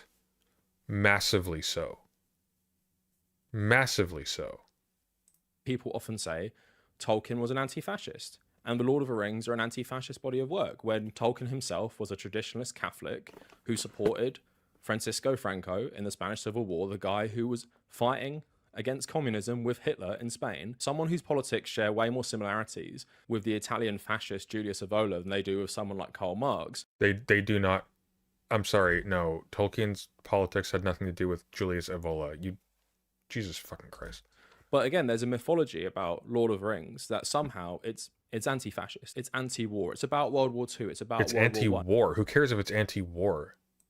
Anti-war is bullshit. Seriously, like an anti-war position is bullshit. I'm against people hurting each other. Like, no shit. Except for all those times when people have contrived very convincing arguments, at least for enough people that it matters, for why they should hurt some people sometimes. Anti-war. What is this lib garbage? Seriously.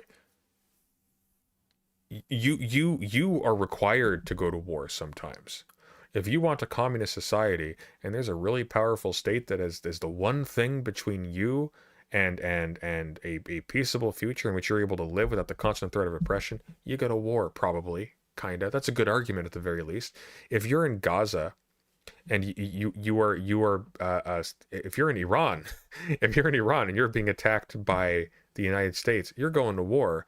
Pretty good reason to. What, you're anti-war now? Oh, we don't actually believe in using the tools at our disposal to resist our destruction by other animals on this planet. Were you pro-war? You are all pro-war. You are all pro-war, not just war. There is no such thing as a just war. Justice doesn't exist. You are all pro-war. You're not pro-war as an activity for funsies, but you absolutely all have a justification for war. If you don't, you have the confidence. You have the confidence that you will survive. You will survive being pro-war, or you have a very romantic notion of the end you will meet. The point isn't that we should be pro-war. The point is that anti-war as a thing to list here, as like a virtue of Lord of the Rings, which is strange because Lord of the Rings is about all the little nice hobbit folk going to war and being the good guys for it. Like, I'm sorry. No, the Lord of the Rings is not anti-war. That would make it allegory. It's not about any of those things. The same way Dune isn't about white saviors. And that's why I think it's important when we engage with certain works of fiction, you have to have a good political education as well, because otherwise you start buying into this mythology, start listening to people who... Careful, Cav. Careful. Don't even read the books, they just know the lore, as if there's some sort of authority to even comment on these things. You need to read the text, of course, but if you're analysing the politics of this work, you need to have some sort of political education. The hobbits hate war. Hating war does not make you anti-war. That's not how that works. And actually understand the politics of the authors involved, and if these works are explicitly political, or if they're not explicitly political in the way you think they are in terms of engaging with contemporary politics. As Lord of the Rings pretty much doesn't engage with contemporary politics until the end of The Return of the King, basically. That's not contemporary, sir. That's early industrialization at best, and once again, not allegorical. The scouring of the Shire and stuff like that. And that's why I want to make that video. The scouring of the Shire is not contemporary. About why your Dune takes are wrong, because capitalism what do you no, that's not contemporary. Recently as well, I was saying that with the new trailer for Dune Part 3, people were saying, oh my god, people are going to be so shocked when Paul's the villain of the film. Paul's not the villain in Dune Messiah. And there seems to be another mythology that Paul becomes Darth Vader. He's Anakin and then becomes Darth Vader. But again, that's not what happens in Dune. And even when I replied to people saying that's just, not even going to happen in the movie. That's correct. People are saying, well, read the books. Hang on, what was the rest of that statement?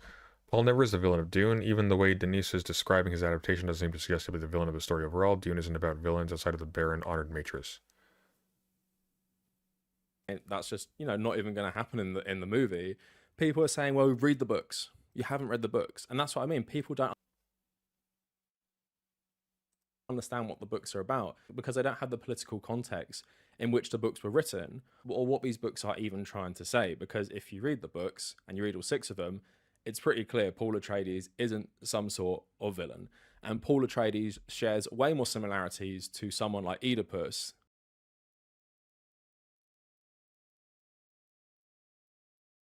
No, he's not Oedipus.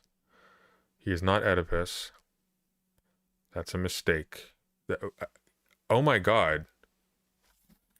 He's only read Dune Messiah.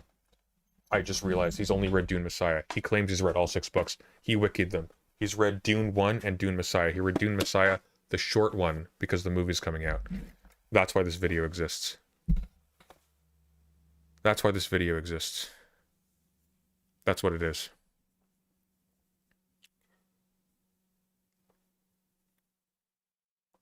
Good God. Is it because they're blind? Is it because they're both blind? Is that why? Is that why he's like Oedipus? You see how shallow this is? No, he's not like Oedipus. He's not like Oedipus. Arguably, if you want to go the playwright route, there's a Macbeth analogy in there somewhere for Dune Messiah. A very vapid one. But he's not a Shakespearean character. No. Rather than someone like Anakin Skywalker and Darth. Okay, does anybody know what the... Okay, Oedipus goes out to solve the mystery of who killed this dude, okay? And he finds out that this dude was his father, and then he married his mother, and then in his shame, he blinds himself and he goes wandering in the wilderness with his daughters. Okay, that's Oedipus. That's Oedipus. This is not what happens with Paul at all. Paul gets hit by a frickin' what is it called, a stone burner or something. There's a conspiracy to assassinate Paul in Dune Messiah, and Paul eventually gets blinded by a big bomb. And then afterwards, because he is able to essentially calculate the course of events based upon the ancestral data that he is able to access due to his ingestion of the water of life, he is able to walk the path perfectly to get humanity to the ideal outcome that he can get it to, and then he disappears into the desert. And he comes back in Children of Dune and eventually gets shanked. Okay, he is not like Oedipus at all. Can you not spoil the books? They are like 50 years old, my dude. Go read them. Darth Vader. And if you actually have read the Dune books, you'll see that the parallels of Oedipus, apart from... How is he not a messiah figure? He's not a messiah figure. I mean, socially, he's a messiah figure. He's held up as a messiah figure. But like specifically, the books disavow that reality at all. There is no such thing as a messiah or main characters. All of the characters who are in the know, who are not the people who are subject to the the myth making of the Bene Gesserit and of the manipulations of the great houses and the Spacing Guild and all these people, all of their philosophy, and they spell it out for you, is about how actually no, there are no individuals, there are no whatever, there are massive flows of things, everything is connected. And you are but a small nexus of flows yourself. Having a relationship with his mother. How long is he the main character in the books? He's the main character in 2 books. Then there isn't really a main character in Children of Dune. Very, very strong throughout the Dune works. And I thought about this for the longest time. And thankfully, I actually read part of an interview with Frank Herbert where him and someone else were actually discussing the relevance to Greek mythology. And Oedipus, of course, Paul Atreides is Paul Atreides. That's a Greek name, and explicitly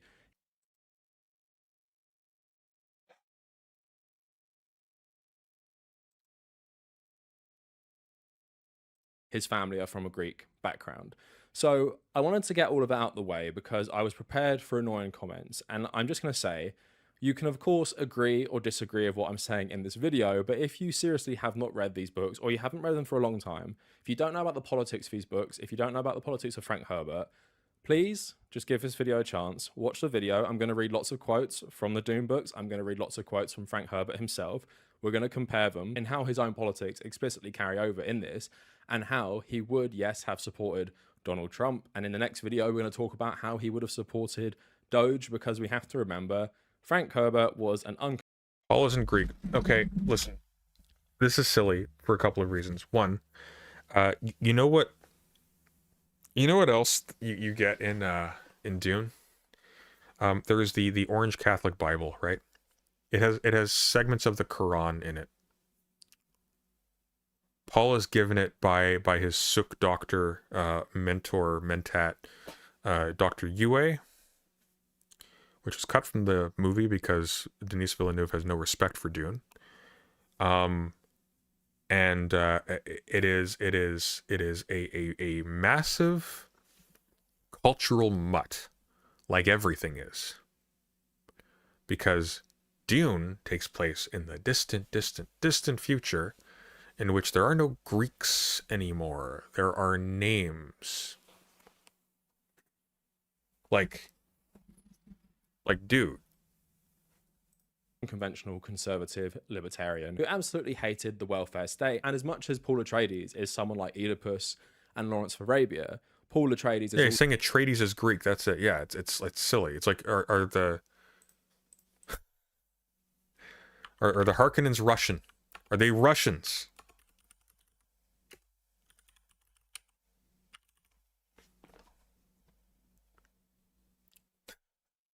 Like, just to be clear, was chosen because it sounds Russian. It ain't Russian. Because when Herbert is writing, it is the Cold War. These things are in circulation. These are the moods, right?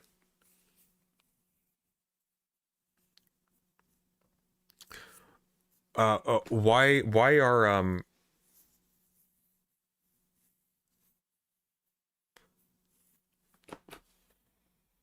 do the orc names sound like they do? Why do the Haradrim?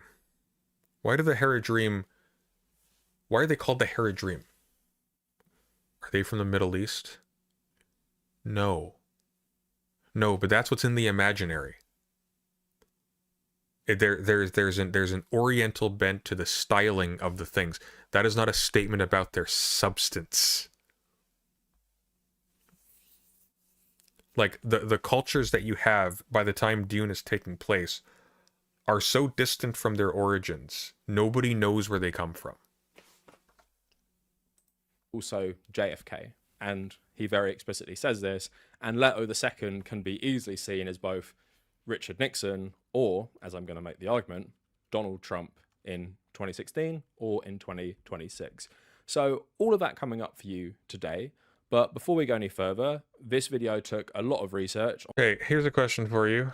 Why did Frank Herbert not like JFK? Why did he not like JFK? What was the reason? What was the reason? What was the reason that Frank Herbert didn't like JFK? Are you just floating that up there as like, oh, he didn't like JFK, he must be a Trumpian? Like, really?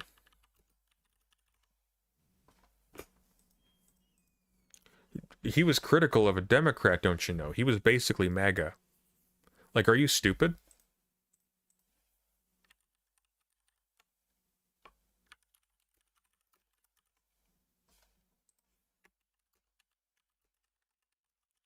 By the way,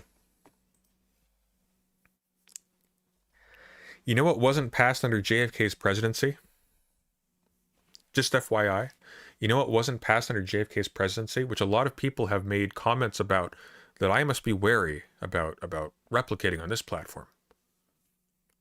Civil Rights Act. JFK did not desire the Civil Rights Act to be passed enough in his tenure in the presidency.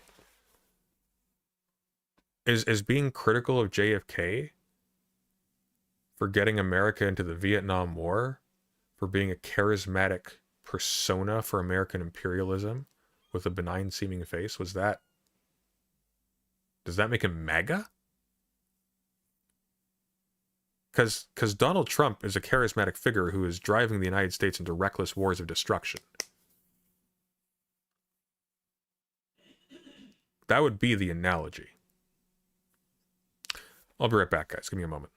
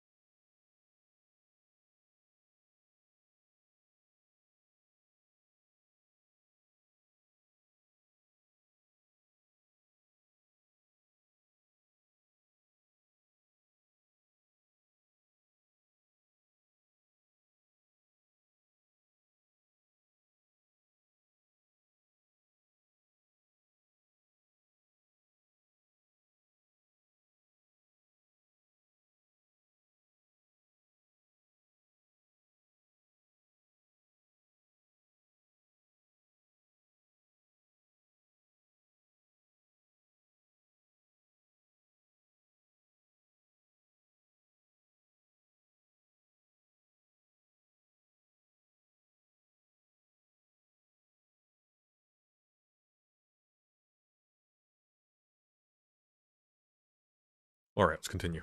On top of making my usual regular uploads. So if you want to support my work going forward, please consider becoming a... I've got a better Patreon. Join mine. Don't comment before you've watched it. I will be interested. Like I said, once you know the author's own politics, it's just so explicit. It is his political manifesto in many ways. Okay, see, what you're describing there, Cavernacle, is not explicit at all. You're like, oh, well, if you understand all this background information, you can connect these dots and you can decide that these positions are actually manifest in their most crude form in this book, and that's actually what it's about. That's not how literature works at all. That is silly. That is silly. That's stupid. Also do recognize that the new Dune films, part 1 and part 2, they are more leftist interpretations of the material, which you can kind of easily do because of the libertarian politics, which often manifest in things that you can view as anti-corporate, anti-capitalist, anti-religion, What are you talking about? Colonialism. All of that stuff is kind of in Dune where you can kind of put a leftist spin on it. And I do think Denis Villeneuve's take... Being anti-religion is not being leftist. That's a silly kind of reductionism. Dune is fine. I really, really like it. I really like those movies and stuff. But at the same time, if you actually want to argue that Dune is a leftist body of work, I think if you actually read them, it's very hard to actually make that argument. And I think it's actually very hard to go in the opposite direction. I think it's nigh impossible. I can't think of a single conservative principle at all that is sustained by what is presented in Dune, in any of the novels for that matter. Like, full stop. Full stop. No, Herbert didn't like Nixon. Herbert liked Nixon because Nixon laid bare the duplicity of the American government. He made it obvious. He liked Nixon. He liked, quote unquote, Nixon because he was an incompetent snake who showed the world that they were ruled by snakes. That's why he liked Nixon. He didn't like Nixon. Actually surprised conservatives haven't kind of jumped on the Dune bandwagon a lot more. I think it's probably because of how much Islam factors into the whole series that they don't want to claim it for themselves. So let's get into the video. So like I said, I'm making the argument that Frank Herbert would have been... I really don't think that's the issue. I really don't. Ben Shapiro was fine glazing the Dune movies. I don't think... Pro Donald Trump. Now, would he agree with Donald Trump's politics generally? No. I would argue no, especially... So how does that make him... Okay, you've lost me already. It's not pro-MAGA or Donald Trump then. Like, you can't have that. Especially in terms of environmental. Is this what this is going to come down to? Oh, there is a logic undergirding the decisions of Leto II. Therefore, he is pro-Leto II. He's not pro-Leto II. Leto II fails. Leto II fails. There's not a utopia at the end of the Dune movies. They're back in a desert. He would massively disagree with Donald Trump. The one thing, and that's for the second part of this video, that he would agree with Donald Trump in is gutting welfare, gutting the federal state, and he would very genuinely agree ideologically with things like Doge and what Elon... No, he wouldn't. No, he wouldn't, because you don't understand the logic behind that. Frank Herbert was not in favor of removing welfare because he liked the idea of poor people having to fight like rats in order to scrounge out a meager living as employees of companies before which they had no rights. Frank Herbert saw the welfare system as a system of control, which it is. It is. It's not only a system of control, it helps a lot of people. It is for a lot of people a very good thing. But now imagine that gets taken away. That is now a bargaining chip. You are now beholden to it. You are now dependent on it. You are not dependent, for example, on on-the-ground relationships with the people around you, on built-up community with the people that you live with. You are dependent now on a ticket. You are dependent on a ticket and a voucher and a legal right to a certain allotment of goods that this body gives to you and which it can taketh away. That's the point. And you've seen Donald Trump use this to great effect when he punishes other countries by threatening to remove aid or removing aid, or just flexing his muscle by removing aid. Those populations are devastated by the retraction of aid, which is now treated correctly as murder. Why? Because those populations were dependent on this. And they didn't get it entirely for free, did they? The United States gained negotiating power and stakes where they did that. Musk did there. But why? That's not what Elon Musk did. What Elon Musk did was he broke into a bunch of systems with a bunch of fresh out of high school nutball computer science nerds and just stole data. He stole data and fired a bunch of random people and cut a bunch of things he didn't understand. That is not the same as being critical of the welfare state. If you are critical of the state at all, as most anarchists are, you are critical of the welfare state by definition. States allot goods. States do good things for people all the time. States keep people alive who would not be alive without states.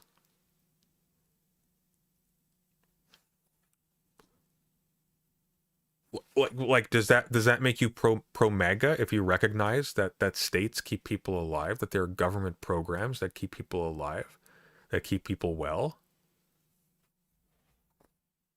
He would like Donald Trump becoming president. Macbeth or Dune Messiah, which one should I read next? Dune Messiah. Dune Messiah is better. Dune Messiah is better. It actually is better.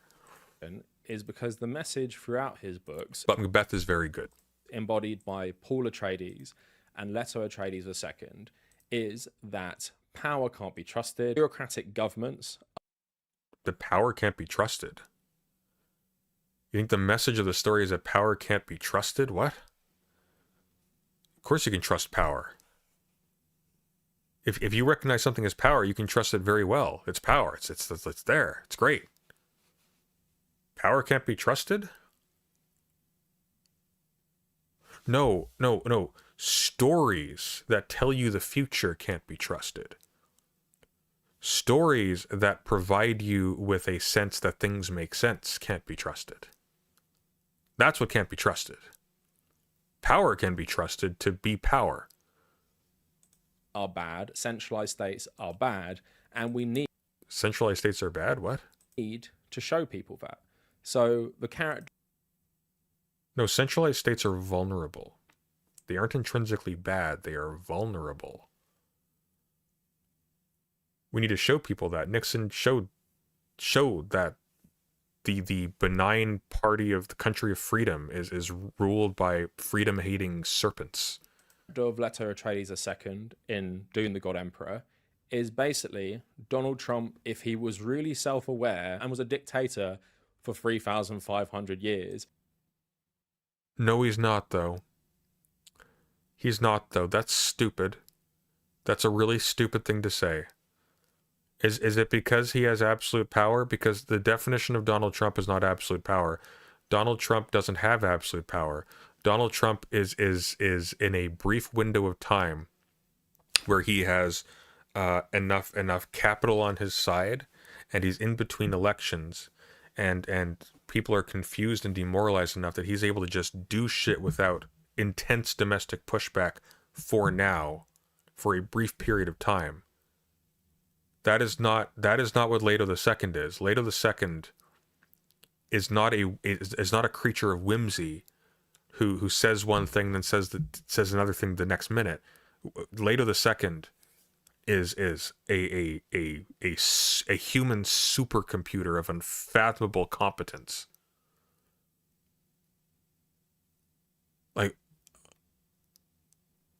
Like what are you? No, absolutely not. Baron Harkonnen is closer to Trump than Leto is by miles. Like if you want an analogy for contemporary politics, you want House Carino, House Atreides as well, because just to be clear, House Atreides they seem nice. They're CEOs. House Atreides and House Harkonnen, those are your billionaire class. Those are your billionaire class.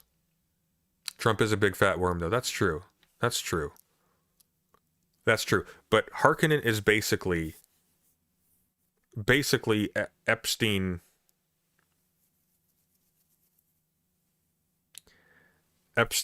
eggs on Donald, okay? That's what he is. With the goal of making people so sick of this form of government, they would never tolerate it again.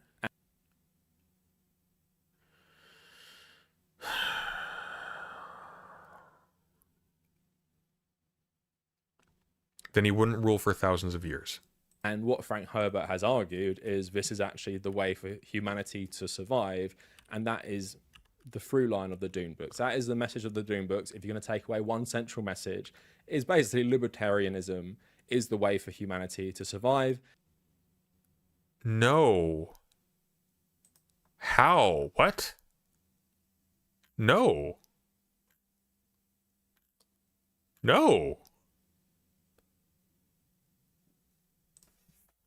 How do you get that from there?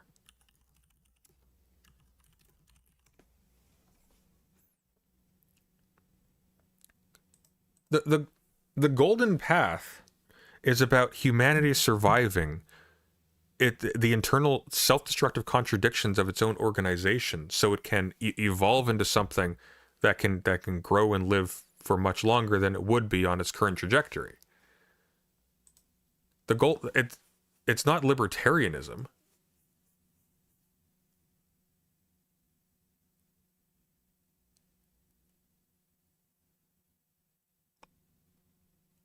Like his own death is a great model for what Brooks is pointing out in the, like, when Leto dies with the foreknowledge that this will happen, he re-desertifies Arrakis because the sand trout fall off of him and end up repopulating Arrakis with sandworms, which terraform the planet because they aren't originally from there.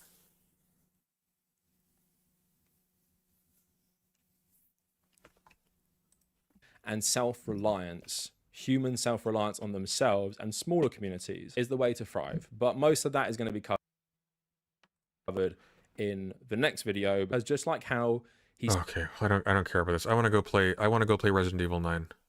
We've been here for 2.5 hours. This is terrible. This is actually terrible. I'm gonna go over this more next stream. This segment will be put together later.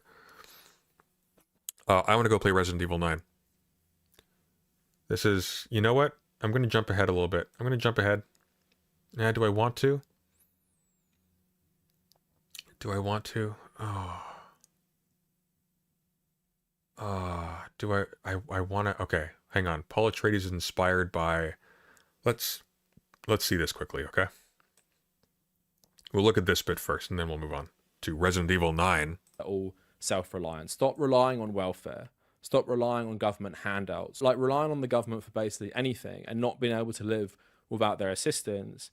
Donald Trump, Frank Herbert would say, would shatter that illusion for many, many people that the government would never help them. And lots of people have said, Donald Trump is just the mask coming off. He's the mask coming off the US government. He's the mask coming off US imperialism. He's the mask coming off US fascism. That was so underground for a long time, but we all knew it was actually there, especially... It wasn't underground. It just was targeting non-white people. Under people like George Bush. And he takes the mask off and he's like, this is what America is. This is what America is, and I'm going to show you what it is. And I think Frank Herbert would very much support that happening right now. That doesn't mean he supports what Nixon did, you idiot. He appreciated the spectacle that Nixon represented. It doesn't mean he was pro what Nixon did.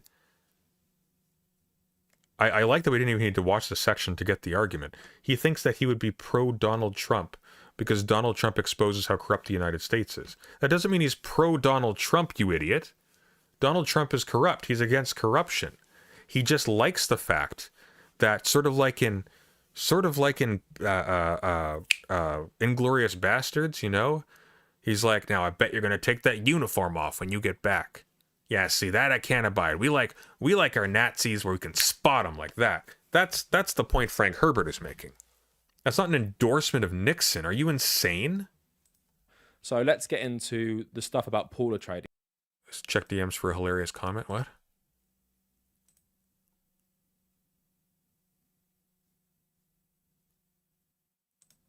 Oh my god. Good video. Ultimately, any critique Frank imbued is drowned out because the individualist and idealist nature of his writing. He's anti-idealist. He's almost explicitly anti-idealist. This does not detract from the enjoyment, especially of the first book, but it's impossible to ignore. Oh my god. I'm going to have an aneurysm. It is impossible to ignore that most of the series functions on great man theory.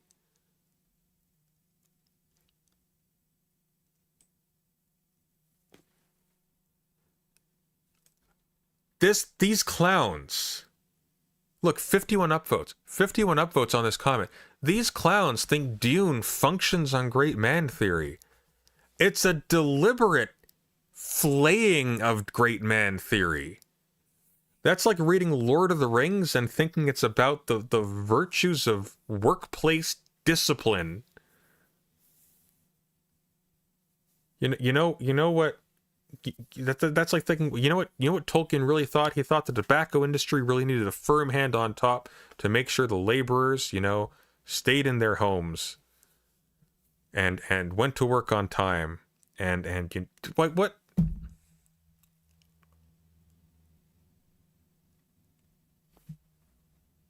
Wow.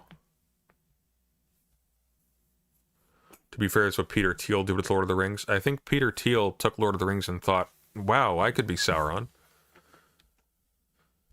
That is, I am in pain right now. These first. So Frank Herbert's UCLA speech, 1985, a year before his death. I think he was probably in the process of finishing the 6th book. So he says here, I wrote the Dune series because I had this idea that charismatic leaders ought to come with a warning label on the forehead.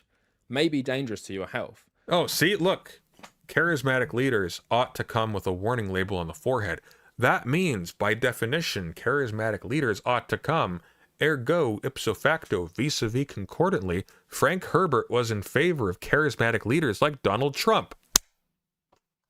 You got to use your brain, okay? I mean, I think the most dangerous president we've had, or one of the most dangerous at least, not because he was a bad guy, but because people didn't question him. One of the most dangerous presidents that we've had in this century was Jack Kennedy, because people said, yes, sir, Mr. Charismatic Leader, what will we do next?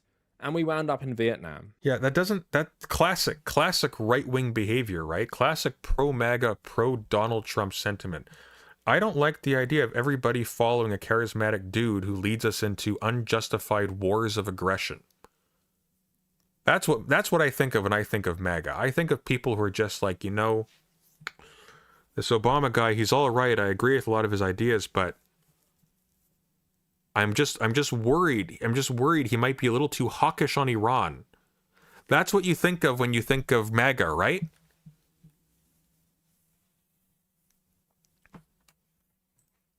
People don't realize that he was one of the major moving forces getting us into Vietnam because he locked us into a commitment there. So just... Hey, that's the opposite of Donald Trump. This came out a day ago. Do you watch the news, Cav?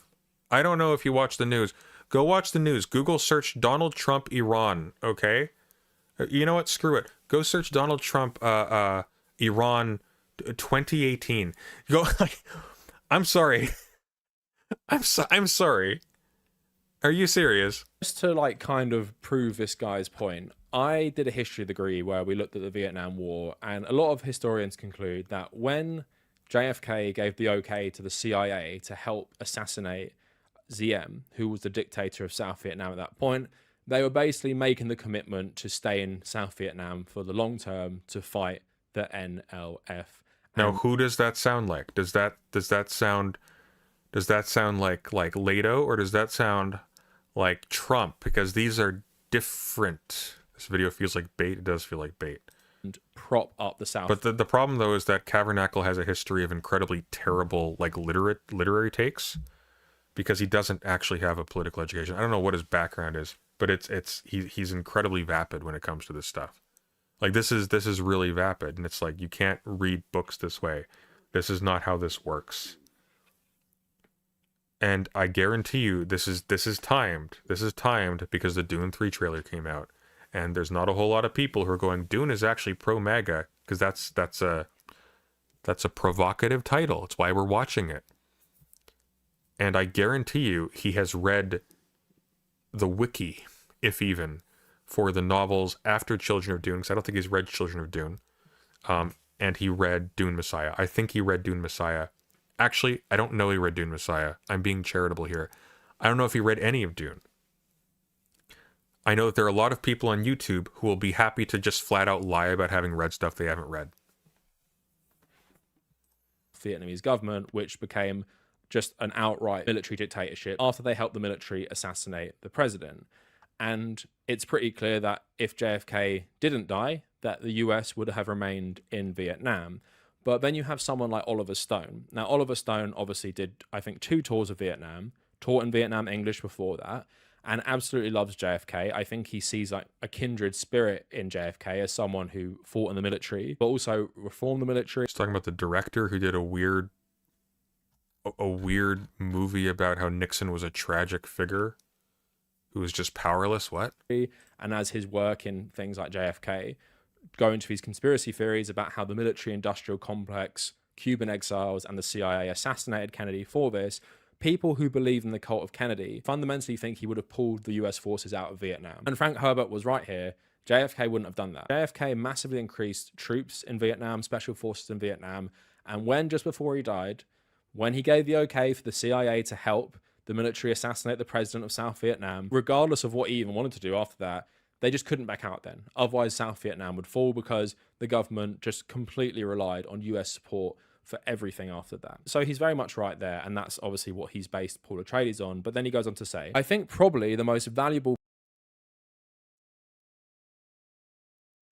He didn't base Paul Atreides on Jack Kennedy. He based Paul Atreides. Paul Atreides is an instantiation of the kind of charisma that he feared, of the kind of charisma that plays that role in the system. That's what he's... Paul Atreides is not Kennedy. President of this century was Richard Nixon, because he taught us to distrust the government, and he did it by example, which is the best kind of teaching. I wanted to do this thing about messiahs and charismatic leaders. I mean, why do 900 people go to Guyana and drink poison Kool-Aid? Why do the citizens of an entire nation say Sig Heil? Why do they not question their leaders? This is like saying, look, Frank Herbert was, pro the cult of Muad'Dib in Dune Messiah, where he describes the cultists of Muad'Dib as essentially degraded. And he talks about the degeneration of Fremen culture as a consequence of the cult of Muad'Dib. This would make Frank Herbert be against himself by being pro-MAGA. You have no idea what you're talking about. This is an incoherent thesis. Now, in an earlier interview, 1969, he also says here, one of the threads of the story is to trace a possible way a Messiah is created in our society, and I hope I was successful in making it believable. And here we have the entire process, and some of the subtle elements of the construction of this from the individual standpoint, and from the way society demands this subject. It's the reference in there, that the man must recognize the myth he's living in, and the creation of an avatar is a myth-making process. We've done it in our recent times. Look at what's happening to JFK, who was very earthy and real, and not a totally holy man. And so we have a likable person now, you see, but real, flesh and blood sense, who by the process of immolation became something larger than life, far larger than life. Well, and I've just explored... You say immolation? Who by the process of immolation, bracket immolation, not immolation. All the permutations as I could recognize in the process. I caught the overtones of Lawrence of Arabia. He could have well have become an avatar for the Arabs if he had died at the crucial moment. Setting the stage there because you're seeing how Paul Atreides was created by Frank Herbert as this representation, and in response... No, not as a representation. ...to people like JFK. Yes, there are... No, not in response to people like JFK. JFK is an example, a contemporary example of the kind of thing he is talking about. It is not a representative of JFK.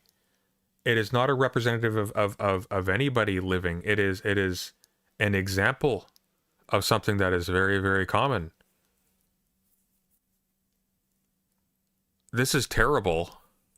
More obvious people he's inspired by, I would say Oedipus and Lawrence. Like, do you know? Have you watched? Lawrence of Arabia is a long movie. Have you watched Lawrence of Arabia? Because again, the movie works here.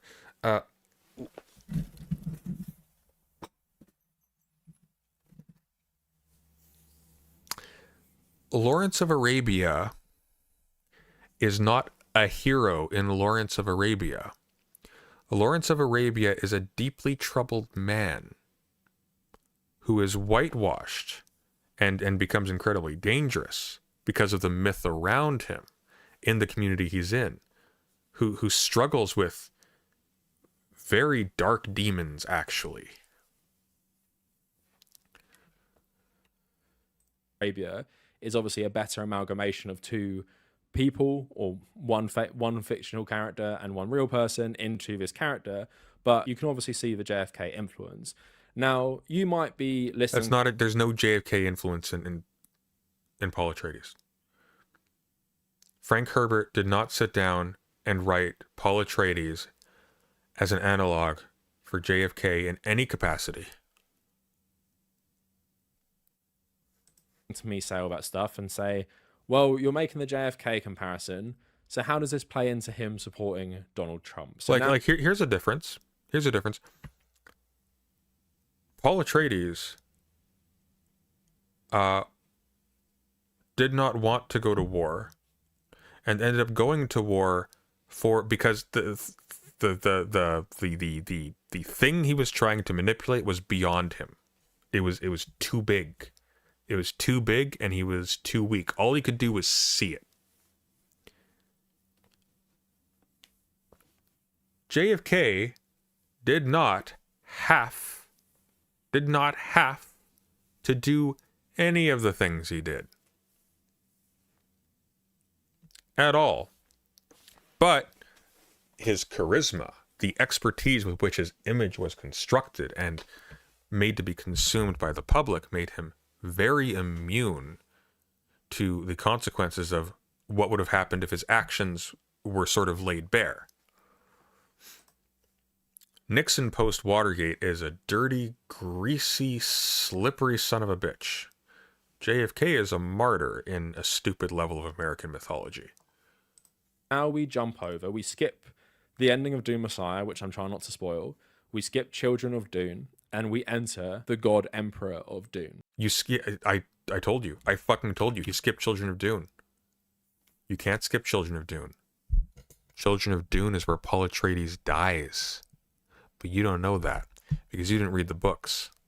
You can't skip Children of Dune. I would argue is almost more important than God Emperor of Dune. Created by Frank Herbert as this representation, and in response to people like JFK. Yes, there are more obvious people he's inspired by. I would say Oedipus and Lawrence of Arabia is obviously a better. Neither. I would say neither. I would say neither. I would say neither. See, Oedipus did not have foresight. Oedipus was clever. Oedipus was clever and obsessed. Paul can see the future.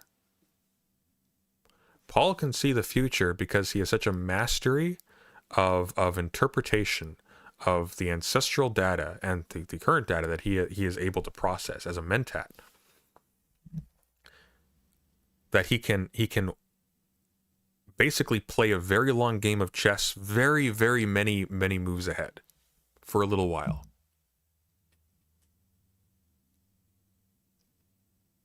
Children of Dune, by the way, is phenomenal. Amalgamation of two people, or one fictional character and one real person. Carefully, he's not seeing the future. He's able to see the potential occurrences. Yeah, I know, Brooks. Thank you. I know he's not literally seeing the future. There is no set future in Dune. That would defeat the purpose of there being a story. But he does correctly predict the future to the point where at retail it works out.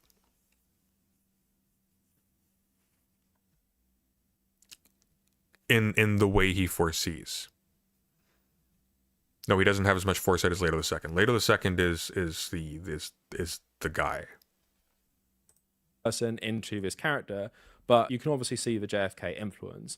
Now, there is no JFK influence. You might be listening to me say all that stuff and say, well, you're making the JFK comparison, so how does this play into him supporting Donald Trump? So now we jump over, we skip. Because guess what? There are other charismatic characters. For example, in Children of Dune, Aaliyah, like he at no point ever is he for charismatic leaders. At no point ever is he for uncharismatic leaders either. Because if you want an uncharismatic tyrant, like, I'm sorry, are you saying that he liked Baron Harkonnen? No, he just didn't like the fact that, you know, the Emperor was able to be Baron Harkonnen, but pretend he wasn't Baron Harkonnen because he had Baron Harkonnen do his dirty work. The ending of Dune Messiah, which I'm trying not to spoil, we skip Children of Dune, and we enter the God Emperor of Dune. So if you don't want any spoilers for anything to do with Dune, you're going to have to check out now. But Leto Atreides II is Paul Atreides' son, only son. And just like his sister, who is born to a reverend mother, you see that scene in the first Dune movie, she becomes fully conscious after she drinks the water of life. His two children also have this. So they have all the ancestral memories that a reverend mother would have. And also, they can completely see the future. And Leto... At Suresh0T478 super chatted $5. Look at my illiterate leftist's dog. I'd argue the interpretation of Starship Troopers as pro-fascism is less stupid. The interpretation of the book Starship Troopers as pro-fascism isn't really that stupid at all, depending on the angle you take. The interpretation of the film as pro-fascism is incredibly brain damaged, bluntly. This is one of the most atrocious readings of Dune I have seen. Like, full stop. Decides to save humanity, he will become the worm god emperor, who is essentially immortal. And what he's going to do to save humanity is he's going to create a total dictatorship, stagnate the human race, and he'll call it Leto's Peace. Leto's Peace means people will have their material needs met, but you won't be able to leave your planet. Spice trade is completely over, so people can't travel, and you're just going to live life as you have for the next 3,500 years.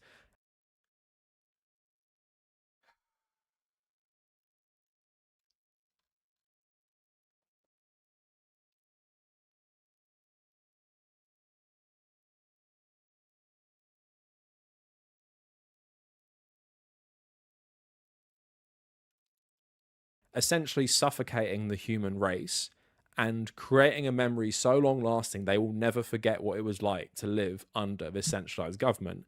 Like I've been saying, it's like if Donald Trump was self-aware. Imagine 100 years of Donald Trump dictatorship where you had no choice and you couldn't leave. Let's be clear for a second, okay?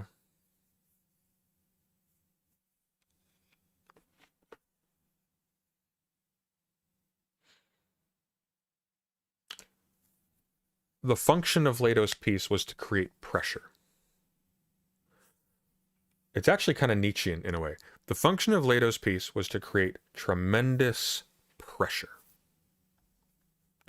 It was not a conservative desire like the Butlerian Jihad was, simply to make them fear a past regime. Because you can't do that. People hearken back to past regimes because they are a source of vengeance against people around now. That doesn't work. That's stupid.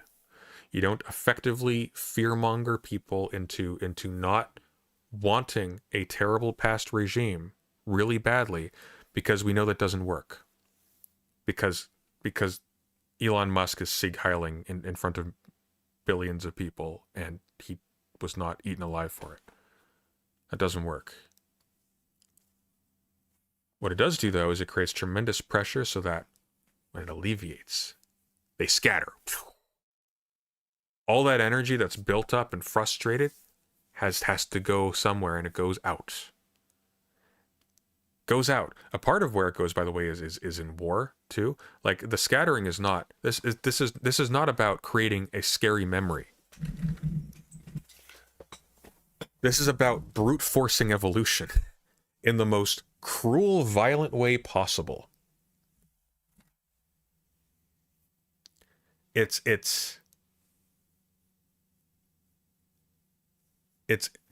just like, man.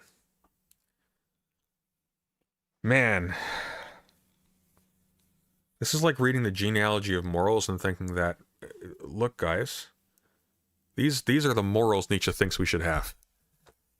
It's like, damn.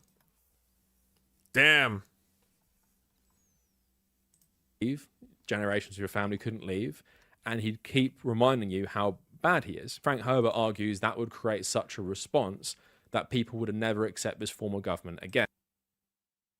No, it wouldn't. No, that would be dumb. That would make Frank Herbert a dum-dum.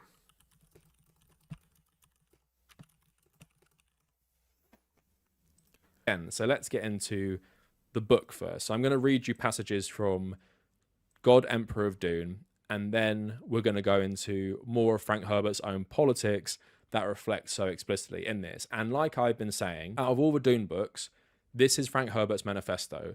In many ways, Leto Atreides is a self-insert of Frank Herbert, and once you read his own politics, you can hear his voice in the books through a lot of what he says. And the Bene Gesserit in later entries, they also fulfill this role as well, where they are essentially his voice in the books. But let's start this. Basically, Leto Atreides leaves journals. He leaves secret journals to help people understand what he did. So in his time, people obviously don't think he's self-aware. They don't think he's being this dictator on purpose to save humanity. They just think he's a tyrant. And he is remembered as a tyrant. But he does this tyranny on purpose. So he writes here, I was born Leto Atreides II, more than 3,000 standard years ago. My father was Paul Muad'Dib. My mother was his Fremen consort, Chani. My paternal grandfather died as many good Greeks did, attempting to kill his mortal enemy, the old Baron Harkonnen. Both of them rest uncomfortably now in my ancestral memories. Even my father is not content. I have done what he feared to do, and now his shade must share in the consequences. The Golden Path demands it. And what is the Golden Path, you ask? It is the survival of humankind, nothing more nor less. We who have prescience, we who know the pitfalls in our human futures, this has always been our responsibility. Survival. How do you feel about this? Your petty woes and joys, even your agonies and raptures, seldom concern us. My father had this power, I have it stronger. We can peer now again through the veils of time. The planet of Arrakis, from which I direct my multi-galactic empire, is no longer what it was in the days it was known as Dune. In those days, the entire planet was a desert. Now there's just a little remnant, my Sarir. No longer does a giant sandworm roam free, producing the spice melange. The spice, Dune, was noteworthy only as a source of melange, the only source. What an extraordinary substance. Without melange to ignite the linear prescience of the guild navigators, people crossed the parsecs of space only at a snail's crawl. Without melange, the Bene Gesserit cannot endow truthsayers or reverend mothers. Without the geriatric properties of melange, people live and die according to the ancient measure, no more than 100 years or so. Now the only spice held in guild and Bene Gesserit storehouses, a few small hoards among the remnants of the great houses, and my gigantic hoard which they all covet. How they would like to raid me, but they don't dare. They know I would destroy it all before surrendering it. They come hat in hand and petition me for melange. I dole it out as a reward and hold it back as punishment. How they hate that. It is my power, I tell them, it is my gift. With it I create peace. They have had more than 3,000 years of Leto's peace. It's an enforced tranquility which humankind knew only for the briefest periods before my ascendancy. Lest you have forgotten, study Leto's peace once more in these, my journals. I begin this account in the first year of my stewardship, in the first throes of my metamorphosis, when I was still mostly human. It's an incredibly long quote. Even visibly so. The sand trout skin which I accepted and my father refused, and which gave me gratefully amplified strength plus virtual immunity from conventional attack and aging, that skin still covered a form recognizably human, 2 legs, 2 arms, and a human face, framed in the scrolled folds of the sand trout. So when he talks about his father rejecting it, that's basically what Paul Atreides deals with. He could become the worm, and he sees the same future as Leto. He sees the end of humanity, and he can't do it. He can't become the worm because, as I'd argue in a video more about people getting Paul Atreides wrong, he's a more moral character, and he doesn't have the stomach for it, where that's not it. Leto, who was born with someone who has like the Reverend Mother ancestral memory and is born as basically a baby, as a fully formed adult with all of human knowledge in his head, he's the one who says, I will do it. I can see the end of humanity and I must save us. The only way to save us is to ensure humans never accept this form of government again, and they scatter. And this guy thinks that Leto's piece was the Hunger Games. This guy thinks that I can't with this guy. He hasn't read the books. This is you cannot read the books and come away with this. This is so dumb. But it's also malicious, and I really hate this kind of thing because it makes people not respect the thing that they're reading when they do. It makes people think they can skip over it. It makes people think that material that assholes who make content on the cheap misrepresenting is not worth the time or the investment to actually understand, and they miss out as a result. This kind of shit is atrocious and abhorrent, and I have no respect for it. I'm gonna go play Resident Evil 9 now on Present Sunday Dark. We will raid in, and I will be live there in 5 minutes. See you there.